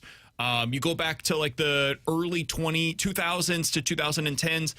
I don't know what value there is in this or if there is any, but I think there's at least a little bit of something. The FIFA video game really took off in notoriety right around that time. Do you think something comes out of this one, T-Bone? I don't know what that is, but do you think there's a way for this to be a jumping off point for soccer in the U.S., or is that just, the 20th consecutive year in which we're actually talking about that? Real quick, Spain's goalie had 10 saves in the whole tournament. That's crazy. So That's one awesome. save a game. But Hell yeah. to your question, I don't think it takes off here, right? I think people want it to. The diehard soccer fans want it to take off. I don't see that happening because, one, even though the U.S. had its moments, guys, they went home the same place they always go home. Mm-hmm. Round of 16, they run into a team from Europe, and they look like they don't stand a chance. It was the same. It was your typical, like if you're a soccer fan, it was your typical experience watching U.S. soccer. I don't think it does, and I think it's a little bit of twofold. One, MLS, you mentioned it. Man, go watch an MLS game after watching World Cup. I watched the City game on Wednesday. My eyes hurt. That's just how bad the product is at the Major League Soccer Donnie level. told us the same thing. I mean, it is clear and obvious just how different it is. Is it the speed of the game? Like, what is it that... The crispness, the cleanness I of think it. that's just the talent, and it's no disrespect. It's just when you're looking at these guys who are the best in the world. It is more and I don't know if it's on purpose or not, more open. And what I mean by that is we call it kickball soccer if you play soccer, which is basically get the ball, kick it really far, and go chase it down. You don't see that as much at the elite level, and they're able to just tight passes and move around people. The spacing is closer together because those guys are more connected. In MLS, you don't really see that. So one, I think the MLS just isn't a good product for the casual fan to try and buy in on. If they're going to buy in, they're going to buy in on the European soccer if they watch it this fall. And that's harder because you can't go to the game. And exactly. And it starts at 5 a.m. on Sundays. Exactly. So that part really hurts it. And I would add this. I would have thought that moment would have occurred already for U.S. soccer when you had the Dempseys, the Donovans, that would have led into the Pulisic's and how those guys are spending their primes over in Europe. So you've kind of already accomplished that step, and yet you still haven't gotten anywhere. So I don't think it will. I don't see the moment of this is going to take off here in the U.S. because the World Cup was here. I just don't see it. I don't know if soccer's going to have its moment that it's looking for. I don't either. I do wonder if maybe there becomes a little bit more appetite for Premier League or Bundesliga, whatever it is, because of the stars that just showed out in this year's tournament. I thought Holland had this was a huge coming out party for him. He had the best year of anybody. I would say he was probably the biggest winner from this year's World Cup. But Holland was already known as a star. To soccer fans. Not to general to casual sports fans observers, in the U.S. Just being totally real, I wasn't super familiar with Holland prior to this tournament. Same. Fair. I was aware of his name. I couldn't have told you that that's what it looked like when that guy dominates on the field, right? So, and I am the person that they're trying to get interested in it, if we're just being honest. Like me and Alex, we're the target demo to find out, can this expand?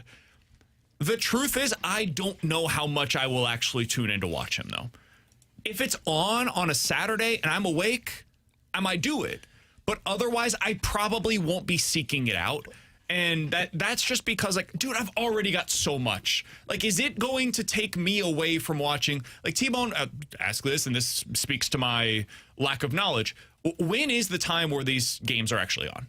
And I'm not talking time of the day, season. Fall over in Europe, yeah, they kind of are fall to winter. I think they get season. going. Am I watching this over watching college football? No. Mm-hmm. And that's the problem is it's going to be going up against a season in which we have the NBA, NHL, college football, and NFL going on. Now, somebody listening... I'm not seeking that out over those. Somebody listening can say, well, you get to watch both. You could wake up at 5 a.m. and watch Bundesliga and then watch college football. And those people don't have children like I do. Well, and I would also say those people aren't watching College Game Day, which is a huge experience for some. That's some people's morning. morning. That's what I throw on Saturday. Exactly. Only reason I knew that it was on that early... Drink my coffee, play with Luca, have college football on in the background. Only reason I knew it was on that early...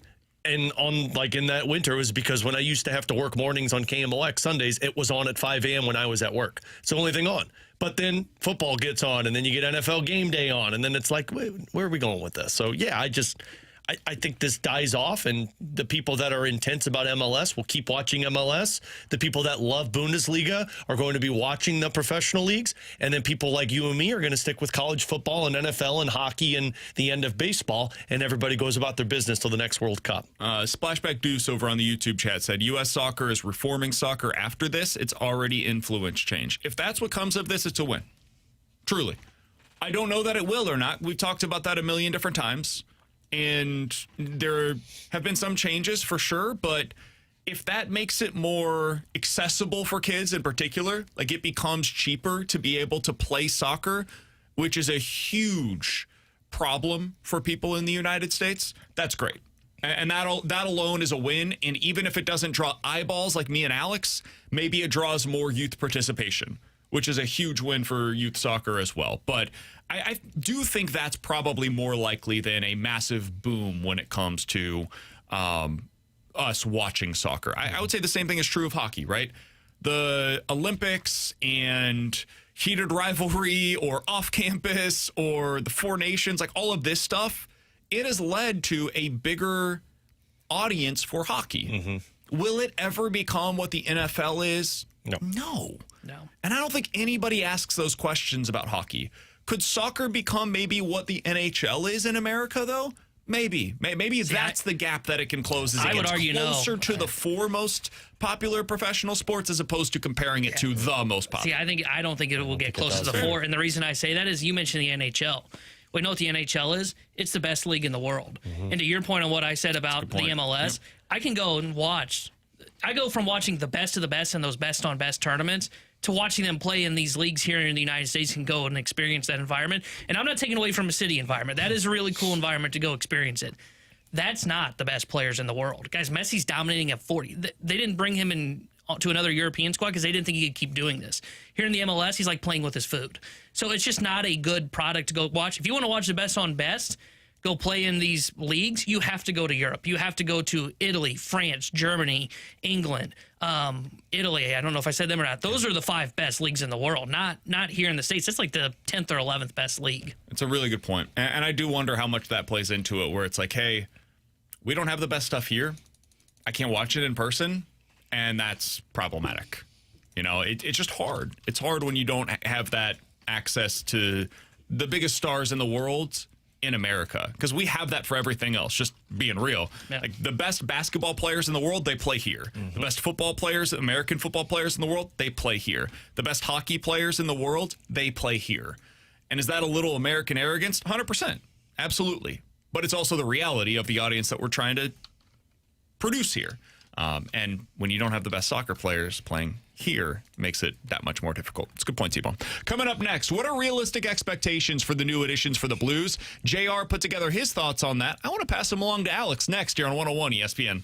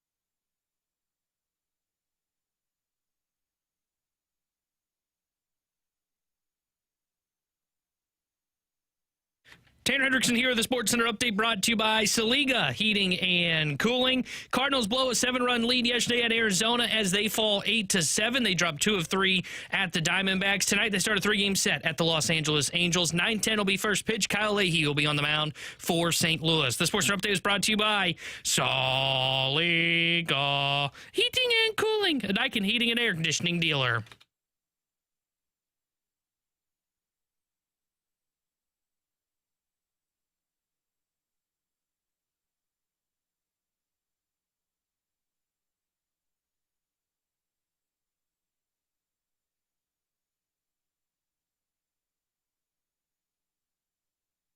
Alongside Alex and T1 on BK. So we got some interesting thoughts from Jeremy Rutherford earlier today, Alex. He wrote in his mailbag piece a number of different things. Most notably for me, I thought, was what he said about McTavish and McMichael. He was asked about what expectations should be for them. He said, considering each player has just one 50-point season on their resume, it would be a win for the Blues if they were to get there. If they play together and perform well, there's a greater chance of it happening, right? For now, I will say McTavish gets to 50-plus points, but McMichael falls just short, end quote. Alex, do you agree with that? Do you think the expectation for them should be right around that, like, 40 to 50-point threshold? Yeah, I mean, I think I'd put the expectation at the 50-point number for both of them, and it's just because how I feel like they have a lot of offense options on the wing now, and it's just a matter of what both can do. I would go lower on the McTavish number than the McMichael number. So, like, I could understand 45 points for McTavish versus I'd expect 50 for McMichael, and it's just because the position that they're playing. Is that enough? If the Blues get 40 to 50 points from their second-line center and second-line winger, is that good enough for them to be a good team? Because we would have said no last year with Booch and Kyrou, who basically produced that, right? Yeah, probably so. Because Kyrou was at about 50 points and Booch was at about 40. I think it comes down to... Booch had 48, Kyrou had 46. Yeah. Is it enough? Probably not.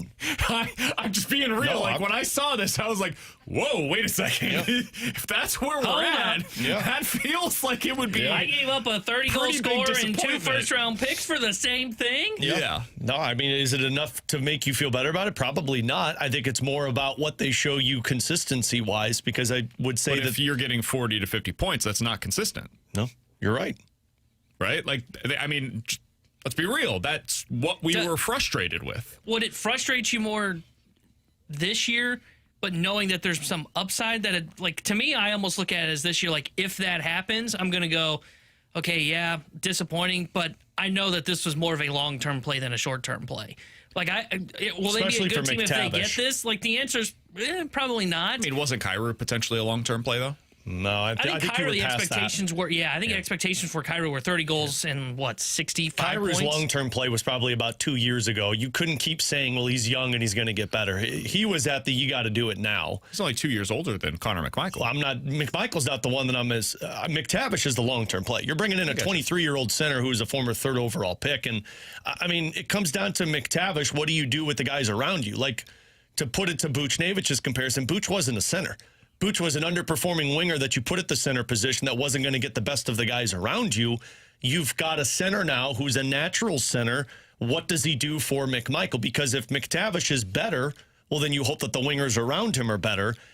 The defense is the part that you're most concerned about, because to me, like, if you look around the National Hockey League when it comes to second-line centers, you're typically hoping for somebody who could put up somewhere between 50 and 60 points. But they got to be good defensively, and they got to be somebody that you can use in a lot of scenarios. And, like, when you get into a problem is that second-line center you don't trust to win a face-off in the defensive zone. You can't use on a power play unit, and you're only using him in separate situations. That's where I feel like these guys get judged. I mean, look, Kyrou wouldn't touch the ice if the team was up by a goal. If the team was tied, it would be rare you'd see Jordan Kyrou on the ice. The most times you'd see him late in the 3rd period on the ice was when you were down and you needed a goal. Where are they using McMichael at? Are they using McMichael when they're up by a goal? It's something I'm really curious about. He is not physical. His numbers from Washington were atrocious defensively, like worse than Kyrou. I have no idea what to make of that. He's got more physical. Like, he's not going to hit people, like actively go after, but I think he's got more of a prowess around the net where he's willing to play with that bite. But defensively, both have not been good. That's what we're talking about here, and I don't know. They very well may view McMichael the same way they did with Kyrou. Could be. And the reason that I'm bringing this up is because he got a 6-year deal. I do think sometimes we do this where different means better. No, different means different. And we don't know if it's going to be better or not. It could be worse. It's entirely possible they downgraded from Jordan Kyrou in a pretty significant way to Connor McMichael. And then the question becomes, is McTavish enough to offset that? Because that's really what you're hoping for on that second line. You may go downgrade from Kyrou to McMichael. The Capitals certainly believe that to be the case. Otherwise, they wouldn't have given up McMichael plus more in order to get Jordan Kyrou, right? Can Mason McTavish make up for that? I think that means you have to get 50-plus points out of McTavish this year.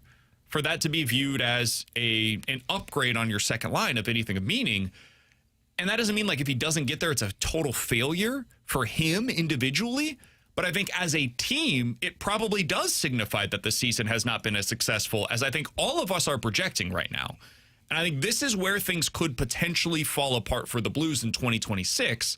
That doesn't mean the long-term plan is screwed, but for this year, they could be a worse team than expected if these young players, which would be understandable, take a little bit longer to develop as true second-line guys, where in the past, they've not necessarily been asked to be that. Yeah, this season, just like it did prior to them moving on from Jordan Kyrou and all those other pieces, it relies solely on what Robert Thomas and Snuggerud and Holloway can do. I mean, that's really where your offense is coming from. What I think you're going for here is, we talked about this last week. I think Jordan Kyrou is going to be an if for people this season, and you're just going with a different if that's got now a new upside versus what Kyrou. Kyrou's upside, I think you saw in St. Louis, was that 35 goals, but every season you didn't know if you were going to see it or not because of the consistency. That very well may be the same conversation we're having with both McTavish and McMichael this year. But you're bringing in two guys that have had success elsewhere, some success, because I know McTavish really hasn't, that you say, yeah, but it's the long-term play here with us. There's 23. We're looking at what he can become versus what we already knew what Jordan Kyrou was. And I don't think there was any changing that. Now you're bringing in guys that mold more to what Jim Montgomery wants to play with, and now you hope that that upside can be accomplished with these guys. Do they play to what Jim Montgomery wants to do? Because that's the thing that Everything I've heard about McMichael, he plays exactly like Jim Montgomery wants his forwards to play. Zone, yeah, the defense is the thing I don't know. Defensively, but defensively they can say, well, we can coach that. Let's remember, Jordan Kyrou, his second full season with the Blues, he was not good defensively. And then the next year, he got better defensively. You could coach but it was always the liability of his game. Sure, but you can coach the defensive side of it, and you're hoping you bring in a 25-year-old you can do that with. The same with McTavish. Like, McTavish was a good defensive player for Greg Cronin. Last year with Joel Quenneville, he was not a good defensive player, but he's also very slow. I also think they like to use guys in certain situations to where, you're already second on that list in terms of big-time moments with Holloway and Snuggerud and Thomas. But can you outperform guys like Pius Suter and Alexei Toropchenko and last year Oscar Sundqvist? Because those were the guys that were getting more ice time late in games than Jordan Kyrou. That's what I think you're asking about Connor McMichael and Mason McTavish. And I don't think that's as simple as, like, it's a definite yes. It's not a definite yes, but you're looking at more of guys that we can groom into how we want to play versus Kyrou, you know how he was going to play. Yeah, sure. I think for the long term, I understand why they went about it this way. I was in favor of it. I think they were good trades. But eventually things are going to turn to, okay, what does this mean for the now? And, like, for this upcoming year, I don't know. I have no idea. But I could have said the same thing with Jordan Kyrou if he was still on this team this year. Absolutely. But this, like, I am still saying that with Buchnevich too. Yeah, it wasn't a guaranteed 1-for-1 though. Like, you didn't necessarily have to go get McTavish. You didn't have to go get McMichael. This is what they chose, and we're about to find out here in the not too distant future what that means. And so, like, my point here is when I saw this from Jeremy Rutherford, it served as a reminder and like a sober look at what the realistic outcomes could be for McMichael and McTavish. And if they get 50 or fewer points apiece, and defensively their liabilities, which has been their history, I don't know if it will be for this year, but it has been their history, is that their defensive liabilities and potentially fewer than 50 points, well, that sounds a lot like what you already had. And that means you're probably not getting better in that spot, which puts a ton of pressure on the other areas of your team to significantly improve from a year ago. Are you going to get that? You damn well better. Because if not, then you're not going to make it into the playoffs this upcoming season. Alongside Alex and T-Bone, I'm BK. Junk Drawer next year on 101 ESPN.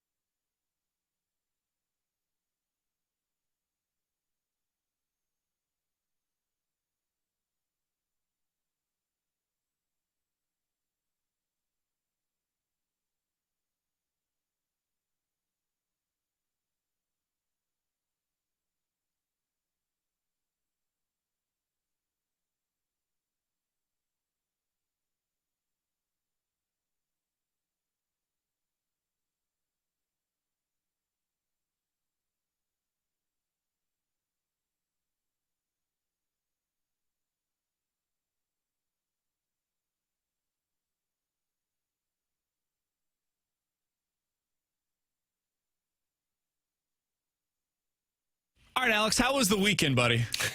You went to a water park out in Santa Claus, Indiana. Yeah, Holiday World. First of all, Holiday World does an incredible job. I love everything about it. Like, free drinks is such a cool idea that they have, and kids loved it. It was fine for the most part, but I learned over the weekend that I don't like theme parks, specifically water parks, in the middle of summer. That's why I don't go, and no disrespect, but this is why I don't go to Six Flags really anymore. But, like, I don't go unless it's September or October or May or June before it gets into the dead of heat, because we got there, went in, was great. Girls loved the idea of, like, Santa Claus and everything like that. First thing we did was we went over to some of the kiddie rides, and they had to wait like 15 to 20 minutes. And I don't know if anybody's done this before, but when you go to theme parks that have lines with 5 and 4-year-olds, they don't understand the premise of patience yet. For the longest time, my daughter just kept walking to the front and like butting in front of people and saying, I want to go on. And I'm like, baby, you can't do that. We have to wait in line. All of these fun people have been waiting in line as well. Didn't understand that at all. So as the day went on, it got hotter and hotter, which meant the girls got more and more miserable. I think we did a total of like 5 rides because everything. It's pretty good, honestly. It is, especially like we got there when it opened and we stayed until about 5 o'clock. Everything had to be at least like 30-minute. Like we waited, you know, those old time cars that you get on. We waited like 30 minutes to get on that. And try standing in the middle of heat when you're an hour away from lunchtime. You're waiting 30 minutes and the kids don't understand it. So we got on. My daughter almost broke the damn thing because she just kept driving all over the place. And then by the time we got done with the rides, I go, okay, are you ready to go to the water park? And obviously, yes. So we went. The most fun they had was a splash pad in a playground area. Like they sat there for 30 minutes just playing in that. And I'm like, this is great. Sit on the bench. It's great. But then you looked at it, you're like, we could have done this. Yeah, my house, I have a damn pool in the backyard. So we went to the water park, and the first thing they wanted to do was go into the wave pool. And, you know, they have to wear life jackets still. They're tiny and still learning to swim. I love a good wave pool, man. I do too. I know a lot of people hate them, but I love them. What's cool about Holiday World is they have the adult wave pool, and then they have a kiddie wave pool. Oh, I didn't know they had a kid one. Yeah, so like my littlest Olivia, like she doesn't know how to swim at all, but like she could walk into it and stand, and it came up to like her chest. So she loved it. But the problem was we got there, and I don't know if it was because kids were peeing in it or because it was 110 degrees outside. It was bath water. Like the kids went in and they said, Daddy, this isn't cold. Yeah, it's probably because it's too shallow. Well, that, and it was the heat. Yeah, and so by then, they wanted to swim, fine. I went to wait an hour to get chicken tenders for them because that line was long as hell. And then this was at about, let me tell you, in the middle of 100-degree weather, it's just great. They smash. So then my wife, Katie, was like, why don't you take Adelaide on one of the water rides? She's like, she wants to go on one. And I'm like, okay. So Adelaide can't do the individual tubes because, you know, like she can't swim. And it's like, we don't feel comfortable with that. She can't do the ones where you sit on the mat and you go down yourself. So I was like, all right, well, let's go do the big kahuna, essentially, where it's the big family inner tube where you can sit in. Oh, cool, yeah. Said, this will be fun. You get to the damn line, it's 3 flights of stairs, and there's a line all the way down. And I looked at Adelaide, and I said, baby, I said, this is going to be a little bit of a wait. Are you okay? And she's like, yeah, I want to go on. I said, okay, cool. 5 minutes in, Daddy, can we just go on the ride already? Daddy, I don't want to wait any longer. And so we finally get to the top, waited about 25, 30 minutes. Sun blasting on you. The ride broke down. No way. The conveyor belt stopped lifting the rafts up. Yeah. So we had to wait an extra 15 minutes, and Adelaide was just done with it. So we finally got up, probably about a 45-minute wait, went down. You know, you go down the slide, and it's like a 2-minute ride. And then afterwards, Adelaide, that was fun, Daddy. Let's go again. I'm like, bleep no. We found Katie. Olivia was screaming bloody murder. Emma was screaming bloody murder. We said, time to go home. Yeah. Good move. Yeah. But they had so much fun, and pro parenting tip, 3.5-hour drive. They fell asleep the moment we got in the car, didn't wake up until we pulled into our driveway. So you're going back next weekend. Hell no. Oh. Would you go back? Oh, absolutely. Yeah. I would go back in the beginning of summer, or I would go back towards the end of it. Towards the end of it, like September. but I think I would also try and do it on a weekday. Going on a Saturday was like in the middle of summer. That wasn't the brightest Go on move. like a Thursday, take off Friday, and then come back home the next day. Because I think then because Adelaide was tall enough to ride some of the big roller coasters, and she really wanted to do one. They have one called the Raven that's just like it's like the Boss at Six Flags. It's just a wooden roller coaster.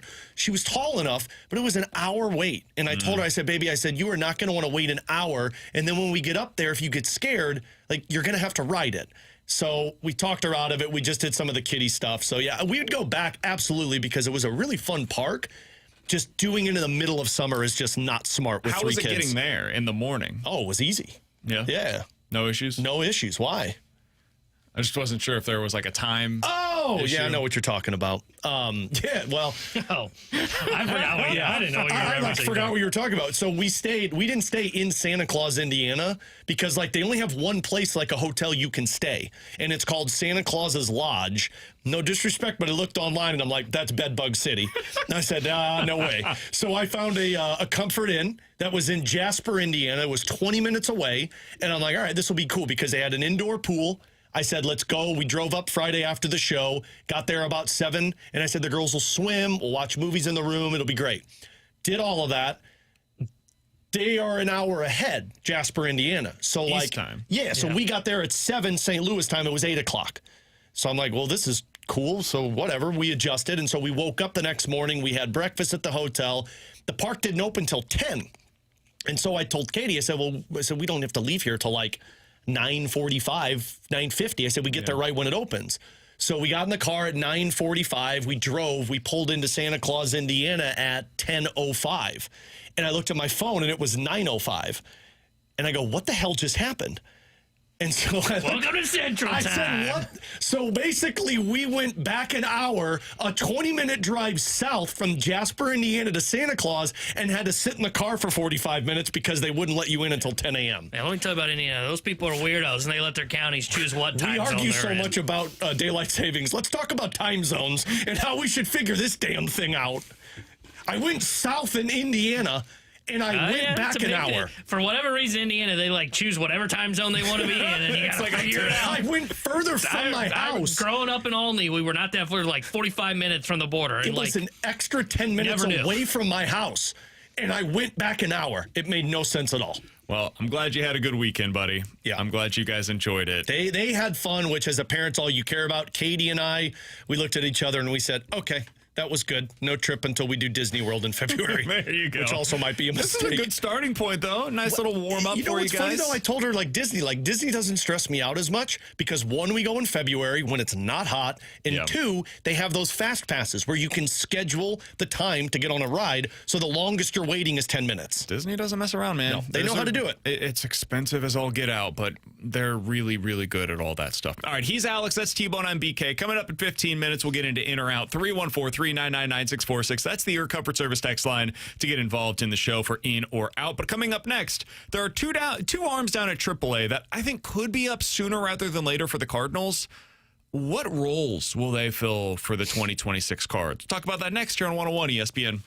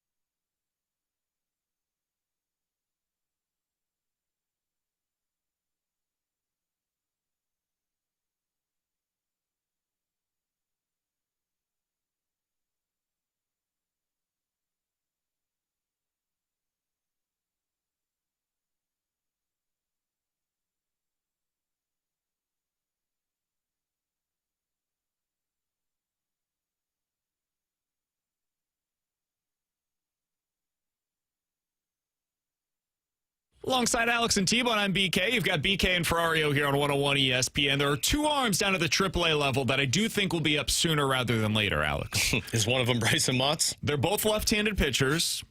One of them is Bryson Motts, and the other is Quinn Matthews, who's been outstanding lately, man. He's been awesome in his numbers since June. 45 innings, a 1.8 ERA. Opposing batters are now hitting 130 against him in this stretch. Yes, he has had some walk issues, but in the last 45 innings, only 16 walks to go along with 49 strikeouts. You can live with that. If you've got, 1 out of every 3 innings a walk and you're getting more than a strikeout per inning, oh, yeah, that can play, especially if they never get hits against you because of your swing and miss. I think Quinn Matthews is getting very close to reaching the big leagues. Here's my question for you. Ollie apparently told reporters yesterday, Derek Gould wrote about this in the St. Louis Post-Dispatch, and we'll ask him about it tomorrow when he joins us here on the show. The Cardinals are planning to go to a 6-man rotation at some point in this stretch of 20 games in 20 days to begin the second half of the season. Do you think that at this point, Quinn Matthews is the guy who gets that opportunity as that 6th arm? I have to think so, just because of when they talked about it before, Bryson Motts just wasn't in that conversation. I know they had mentioned, and we talked about it, to where it didn't line up properly and they had to keep his innings going. It really feels like you want to get Quinn Matthews up here sooner rather than later. And Bryson Motts, although he is kind of the starter for them still, it feels like Quinn Matthews has leapfrogged over him a little bit. And if you're going to the 6-man rotation, you look at Quinn Matthews to get one start prior to that trade deadline.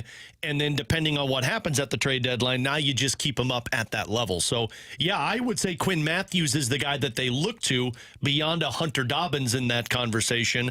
And it kind of pushes Bryson Motts to the other side, whether it's starter that's just deeper into the system or you turn him into a bullpen arm. Yeah, I don't know if they're going to do it just yet because of the way they're going to have to manipulate the roster and the way they do it. And the reason I say that is if you call him up, you select him to the roster, you're making a 40-man move, which we know.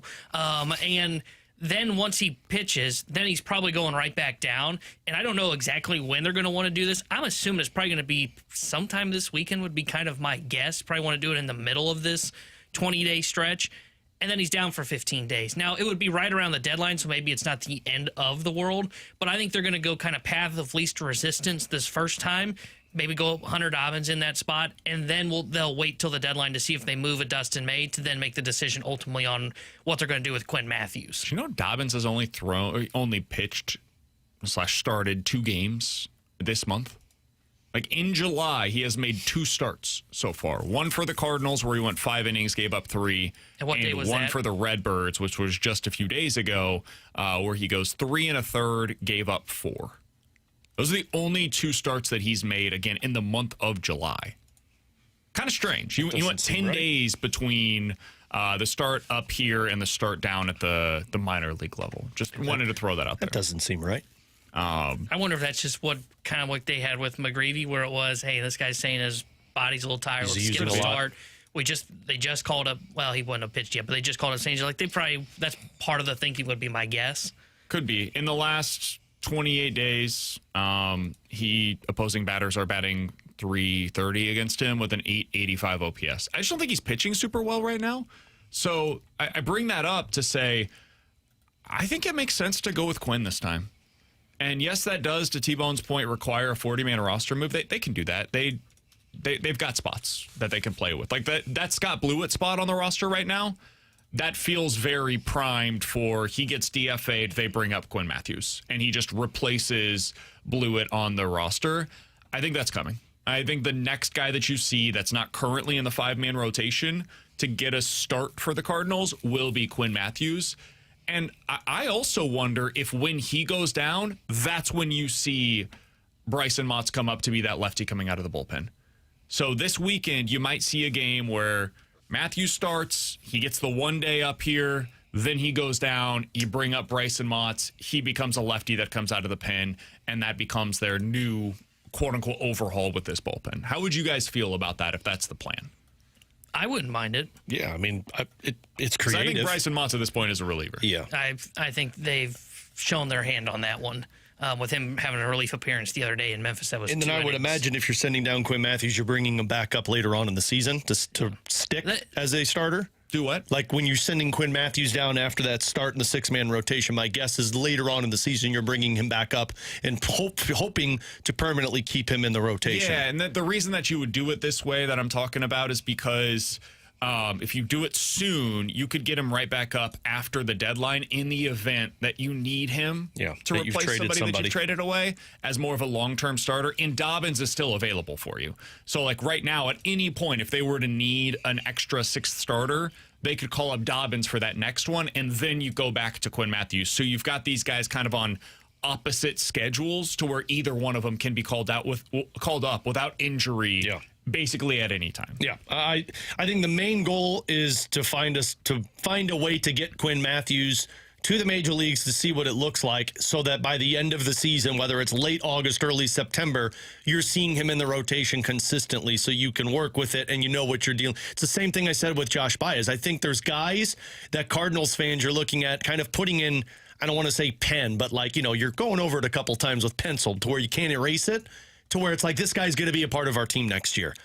And to do that, you want to get a taste of the major leagues before you go into an offseason to prepare for spring training. So those would be the two candidates I'd say you'd really need to focus on, getting them consistent reps at some point between now and the end of the season. Yeah, and I don't mind doing what you're talking about where you're bringing him up here on Friday, because I'm not or whatever day it would be, right, to make that spot start and then send him back down. I think you probably want to try and get it done by like Friday, because otherwise, if you go a little bit later into that, then you're talking about probably a turn through the rotation where he's not available post-trade deadline if you make a move.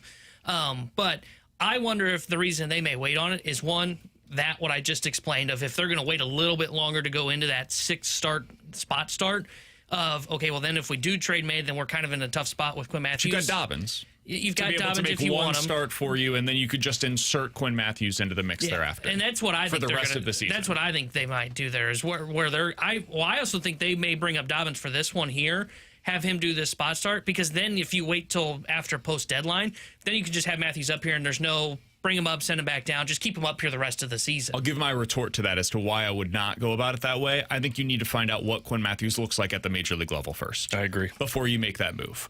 If you're planning to have him as a consistent part of your rotation for the last 2 months, I would like to see how major league hitters react to his stuff first. Now, that doesn't mean one start's going to tell you everything, but it does tell you some things. It gives you a glimpse into what this guy could be here. And if it goes really poorly, which is possible, we've seen this before where guys have good numbers at AAA and then they come up here and it doesn't look the same. Gastelum has not looked the same up here as he did at the AAA level. Changeup hasn't quite played to major league hitters the way that it did to AAA hitters. And I think part of that is because they're sitting on it, because they don't have to respect his fastball the same way. And so, it's possible the same thing happens with Quinn Matthews. I'd like to know that and have that in my memory bank prior to making any decisions on August the 3rd as to what the plan is for the next 2 months. That's kind of where I'm at personally. With it. And I know he's going through the slump, but like with Baez as well, I do think that even if you're not trading Nootbaar at the deadline, if you're going to move him in the offseason, I do think you need to put Baez up here for a little bit of consistency to help you make the decision of let's see what this looks like before we get into we'll trade Lars Nootbaar, because maybe he does need a little bit more work. But Quinn Matthews specifically, I'd like to see what it looks like before I make the decision on moving one of my starting pitchers to say Quinn Matthews is a rotation guy, because maybe I need to push that back until the end of the season. Yeah, I don't personally care, because I think even if you do the one start, again, I'm not opposed to doing the spot start with him, because I'm just curious to see what he looks like up here. But I don't know that tells you much to make a decision on, okay, we shouldn't have him up here for the final 2 months, or we should. I think if you're doing that as this guy's going to be here, and it's better for him, in my opinion, to get that too long sample size of here's what it's like to go through the grind of being a big leaguer, and you're learning that experience here, and that's how you really get data points as to, okay, what do you really need to work on in the offseason? And that's why I loved what they did with Mason Wynn that year. They called him up, where he was up here for the final month. He was awful, truly terrible. But that was a good thing, right? He learned, what do I need to do? What adjustments do I need to make to become a big leaguer? Yeah, I think it's a fair perspective. I'll be really curious to see what they decide to do here. And we're going to see one of them, most likely Dobbins or Quinn Matthews at some point in the next week, probably. And then they've got some big decisions that lie ahead about 2 weeks from now. 314-399-9646. That's the Air Comfort Service text line. In or out coming up next.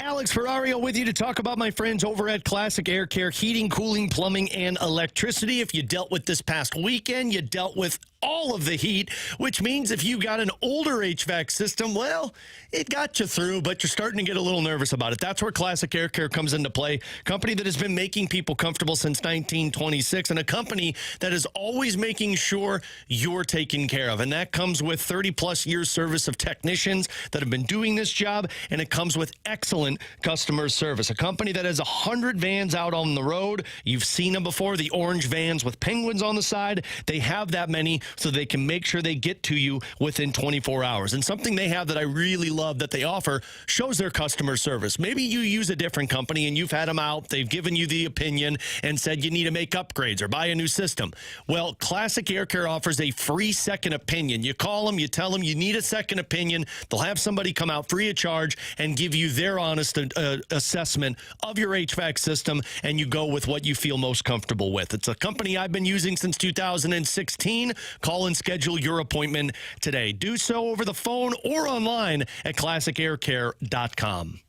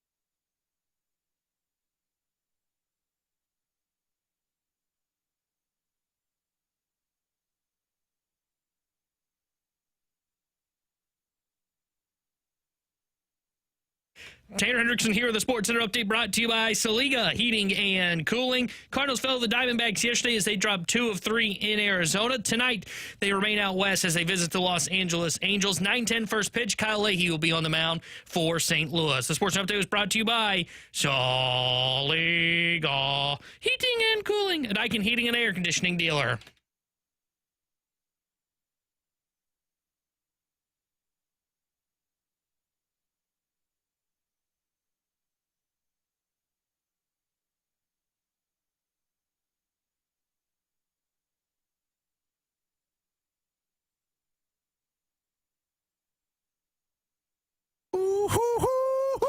Alongside Alex and T1, I'm BK, 314-399-9646. That's the Air Comfort Service text line for in or out. Alex, I want to update a conversation that we had earlier today. Okay. We were talking about expectations for McTavish and McMichael. I'd like to focus in on McTavish a bit here. Okay. I said, is it a disappointment, basically, if he has fewer than 50 points this season? I went through because somebody on our YouTube chat said, I think BK doesn't understand what a typical second-line center produces in the NHL. We've talked about this a lot. There's aren't a whole lot of great second-line centers across the league. Mm-hmm. So I wanted to look at some of the contenders. So I looked at the following teams and what they got out of their second-line center from a year ago. Sabres, Lightning, Canadiens, Flyers, those 4 from the East, and then Avalanche, Stars, Wild, and Vegas from the West. Wild's going to be good. Cool. I think their second line's Wyatt Johnston. I used Hintz as the... Yeah, I mean, Hintz was injured, but when they're healthy, Hintz is their number 1 for defensive purposes, and Johnston's their number 2. For point totals, just to go through this real quick, Ryan McLeod with the Sabres, 54 points. The Lightning, Cirelli, 52 points. The Canadiens was, we'll go Jake Evans, 24 points. No. His wasn't good. They were a one-line team. That's like us. Yeah. The Flyers, Couturier? Yeah, Couturier. Apologies. He's French-Canadian. 36 points. He's old, too, by the way. He's like 36. Avalanche, 65 points by my guy, Brock Nelson. Yeah, that's lifted by getting to play with guys like, Natchez and all their pieces around. Stars with Rope Hintz, 44 points in 55 games. The Wild, Hartman, 43 points. Yeah. And Vegas, Hurdle, 58 points. Yeah. So only one team had a second-line center out of that group that I just listed there with more than 55 points, and that was Brock Nelson with the Avalanche. So maybe not nearly as big of a deal as I was thinking. I think you're hoping to get to 50, but you need to be better defensively. Yep. That's what the hope would be for a guy like Mason McTavish. Just wanted to update that. It was a conversation we had earlier today. YouTube chat made a good point. Yeah. I concede. There's only a few teams that have really good second line center depth. Hell, there's a lot of teams that are searching for number 1 centers because all they have are a ton of number 2 centers. So that's just where, if you could, and the other thing with McTavish is, what does Dvorsky do? Does Dvorsky have some type of, because if I've got Dvorsky and McTavish that combined for, let's say 95 points, that gets you a little bit more excited that I've got a guy that could get me 50 and another one that could get me 45 on top of Robert Thomas posting hopefully 90 to 100. I would say for me, McMichael is the one that I would probably point to and say that's the bigger deal. And I'll just point to goal production. You just need the goals from him more so than it is. And it'll be fascinating to see what lines they go with because McMichael and McTavish may be tied together. So can those two help each other produce more to where you feel that much better about that line? All right, let's get to in or out. In or out here on BK and Ferrario. I'll start out with this one. Guys, in or out, one of Ivan Herrera or Alec Burleson is traded before opening day of next year. I'll say out. I think one of those will be traded in 2 years. I think you're still looking at probably when Rodriguez is ready to push for the major league roster. That's when I think they make the decision on Burley or Herrera. So I'll say out before the beginning of this coming season. I want to say out, but I can kind of convince myself on in, and it would be Burley. That's the one that I think if it's happening, it's probably got to happen at some point in the next 6 months. Because I think he's only got 2 more years control, right? Mm-hmm. So you don't want to go into when he's a rental to make that move. So, I mean, it is, and if you decide Herrera's not a catcher, it inflection point on the whatever we're calling this. So I'll say in. I think one of them will be dealt by opening day next year. I'll say out, but I don't have a whole lot of confidence in that. After thinking about that a little bit more earlier today, I do wonder if that's something to consider. Ooh, he's got an arm, I've heard. What about Burley? Oh, yeah, you're right. He doesn't have an arm. He can't. Burley's got a cannon. Yeah, I don't see him as a third baseman. But I didn't see Lefty Blaze as a third baseman. Is it because of his body type? Because Blaze is making that I can be a third baseman. He's been okay To be defensively. honest, Burley's more athletic than I would give him credit for. Agreed. All right, so Burley at third. All right, I'm out. Change my mind. All right, Alex, what do you have for us today? Guys, in or out, the last time the Blues were a top 10 offense in the National Hockey League was back in the 2021 season. In or out, the Blues be back to being a top 10 offense this year. Out.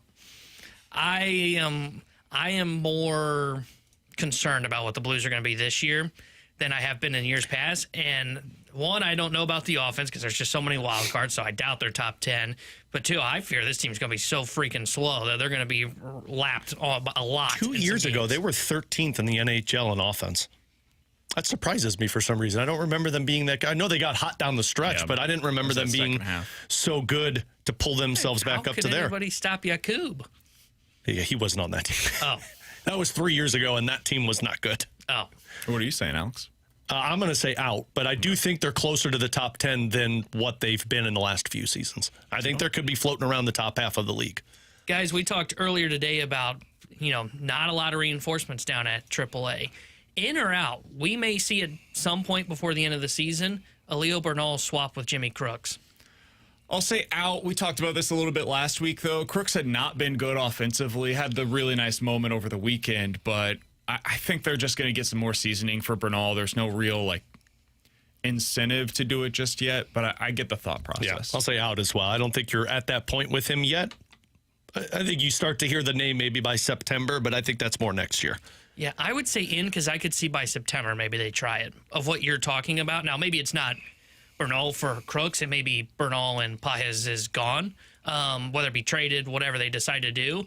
But I know he's hitting the ball pretty well down there at the minor leagues, had a good last 30 days down there, and he's, at least based on everything I've read, is supposed to be a good defender, and I don't think the defense from the catcher position has been good most of the year. Agree. So I could see a scenario where they might consider doing a swap late in the year. 314-399-9646. That's the Your Comfort Service text line for in or out. From the 314, guys, in or out, the Cardinals will finish 4th place in the NL Central. Oh, those pesky Pirates, guys. They're tied with you now. I know. I'm telling you, that offense. You said you were out already. You can't get excited about it. I'm back on the ship. So you're in their 4th, Cardinals? Yeah, I'll say in. I'm out. I do not think the Pirates will finish in the top 3. I'm out. I think Pirates finish below them. I do too.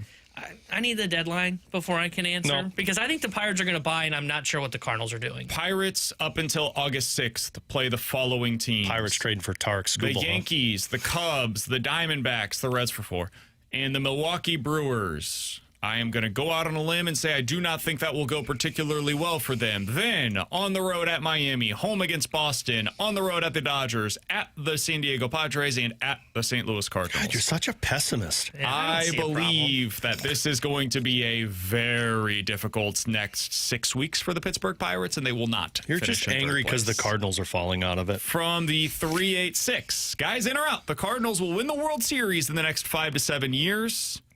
What a window. 5 to 7 years. Okay, I'm sorry. The phrase in a way that I did not read it very well.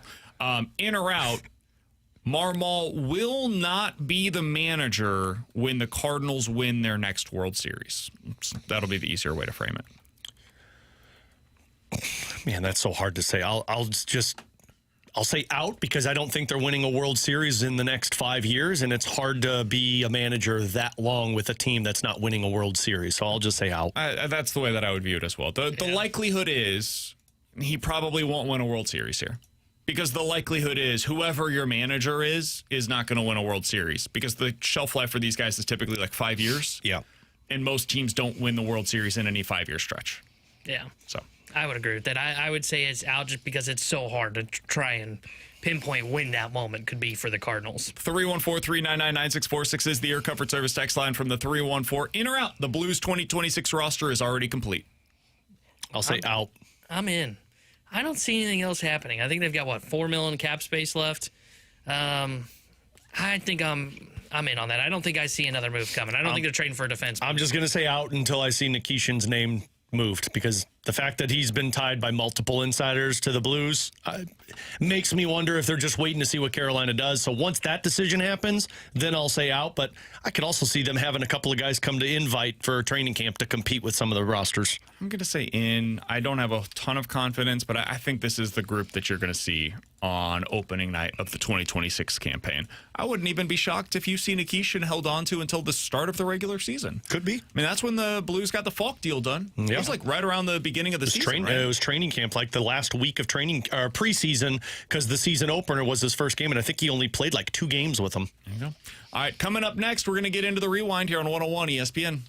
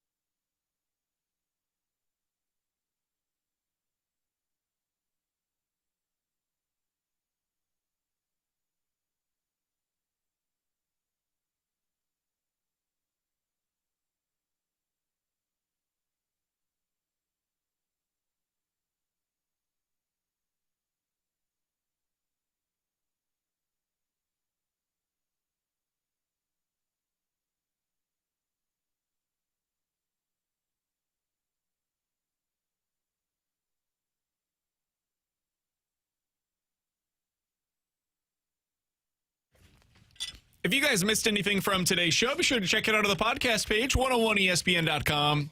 And the free 101 ESPN app is where you go to find it. And that's all sponsored by Shea Fedora Company. You can always check us out on YouTube as well at youtube.com/101ESPNSTL. Rough go of it over the weekend, Alex. Saturday's game was a typical Cardinals game. It was not particularly close. They find a way to make it interesting there at the end, and you lose. That happens. Like, that's going to happen 70 times for basically every team in Major League Baseball this year. And that's the kind of loss that you live with. You go to the next day and you turn the page. Yesterday, they go up big early. They're up 7-0.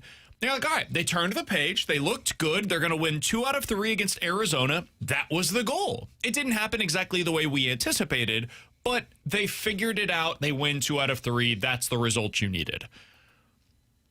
And then for the first time in 16 years, they blow a 7-run lead, and they do so late in the game by giving it away. They walk in 2 runs. They have a terrible defensive play in left field by Jose Fermin. They have a base running mistake as well. They had first and third. They get doubled off there in extra innings. Just bad decisions and bad mental errors.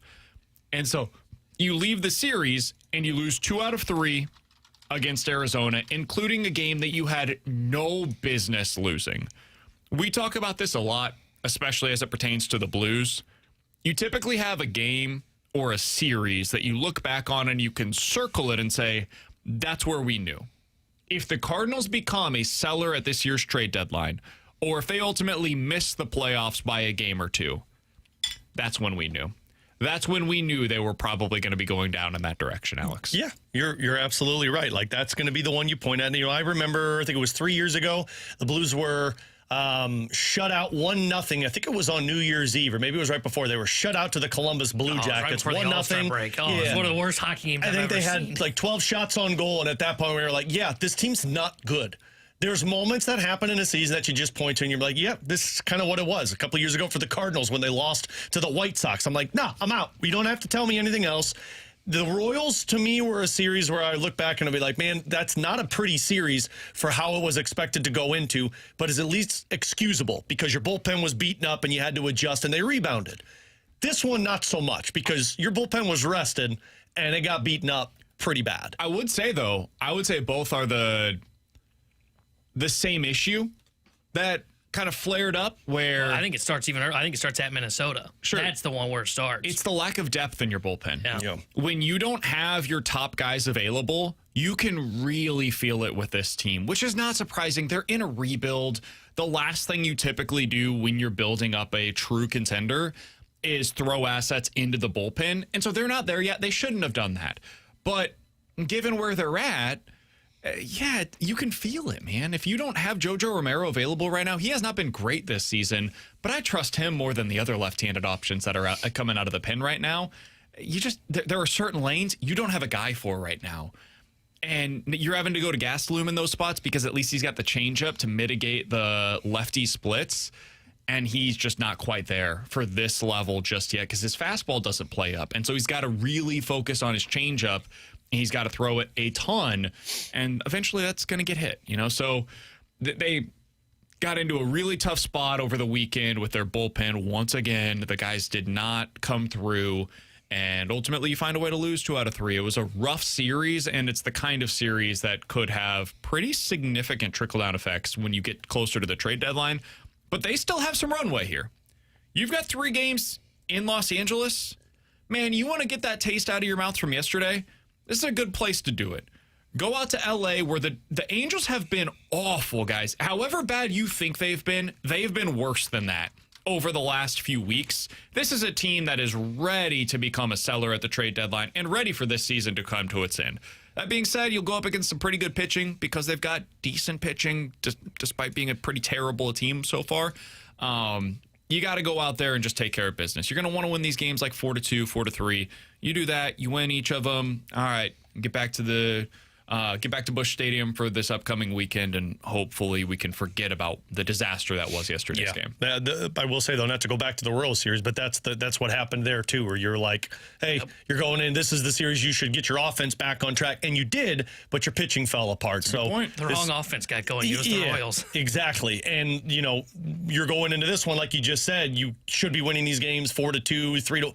That means your bullpen's got to be good. And the one area that I'm very concerned about is your bullpen, and it's going to leave a bad taste in your mouth. But I will give Cardinals the benefit of the doubt because throughout this season, they've rebounded after an ugly series and they've won. So this is the series to do it because you've been great at home, but I think you got to get that bad taste out of your mouth before you come home against this Angels team. This Angels team has so little power. Like, they just can't do damage against you. Just do. As long as you throw stuff into the zone, they should not be able to do much of anything against you. Who's ready for 4 home runs tonight? I'm betting on a Soler bomb. I'm betting on a Trout bomb. I figure their odds wouldn't be as good on that one. No, you're right. You're right. Who's the worst hitter on their team? Everyday hitter? Yeah. Let's see here. Worst I mean, it's probably some guy hitter. I've never heard of. I mean, Joe Adell's having a really bad All right, I'm season. picking So him. Joe Adell's hitting a home run tonight. Yeah. Put your money on it. I don't know. The He's been kinda Ferrario good. guarantee. He's been kind of good. If this was like Libby, Logan O'Hoppe. All right, Logan O'Hoppe is going to O'Hoppe one over the wall. He was really good a couple of years ago. Just really has not been able to figure it out ever since then. But yeah, Baseball. Cardinals against the Angels tonight. They continue to be. They'll play every day basically up until the trade deadline. I'll learn. baseball. I'll Are learn you about. excited to be up till 9, at least midnight tonight? Just going to tell you guys, I will learn about the 9-10 Cardinals game. start. I will learn about it tomorrow on this show. Man. I will learn about what took place. I'll read the box score. First pitch for this one. Yeah. To watch the Angels. Welcome to the West Coast, guys. Weird start times for this this week because you've got the late ones for the next couple of days, and then a 3 o'clock start on Wednesday and a 4:15 first pitch at home against Arizona on Thursday. Weird week of baseball for the St. Louis Cardinals. Paul Sewald Day, ladies and gentlemen. That's right. And if you missed anything from today's show, be sure to check it out on the podcast page, 101ESPN.com. The free 101 ESPN app is where you go to find it. That's all sponsored by Shaver Door You Company. think they get a win tonight, Alex? No. Yeah, they do. I think they take 2 of 3 in this series Yeah, Angels suck. I'll say they take 2 or 3. I'll say they bounce back. until Logan O'Hoppe hits one. I think they win at least 2 out of 3. I'll go ahead and call it. They get the sweep this week against the Angels. There's the Angels sweep. For Alex and T-Bone, I'm BK. We will talk to you guys tomorrow at 11 a.m. The Fast Lane is next here on 101 ESPN.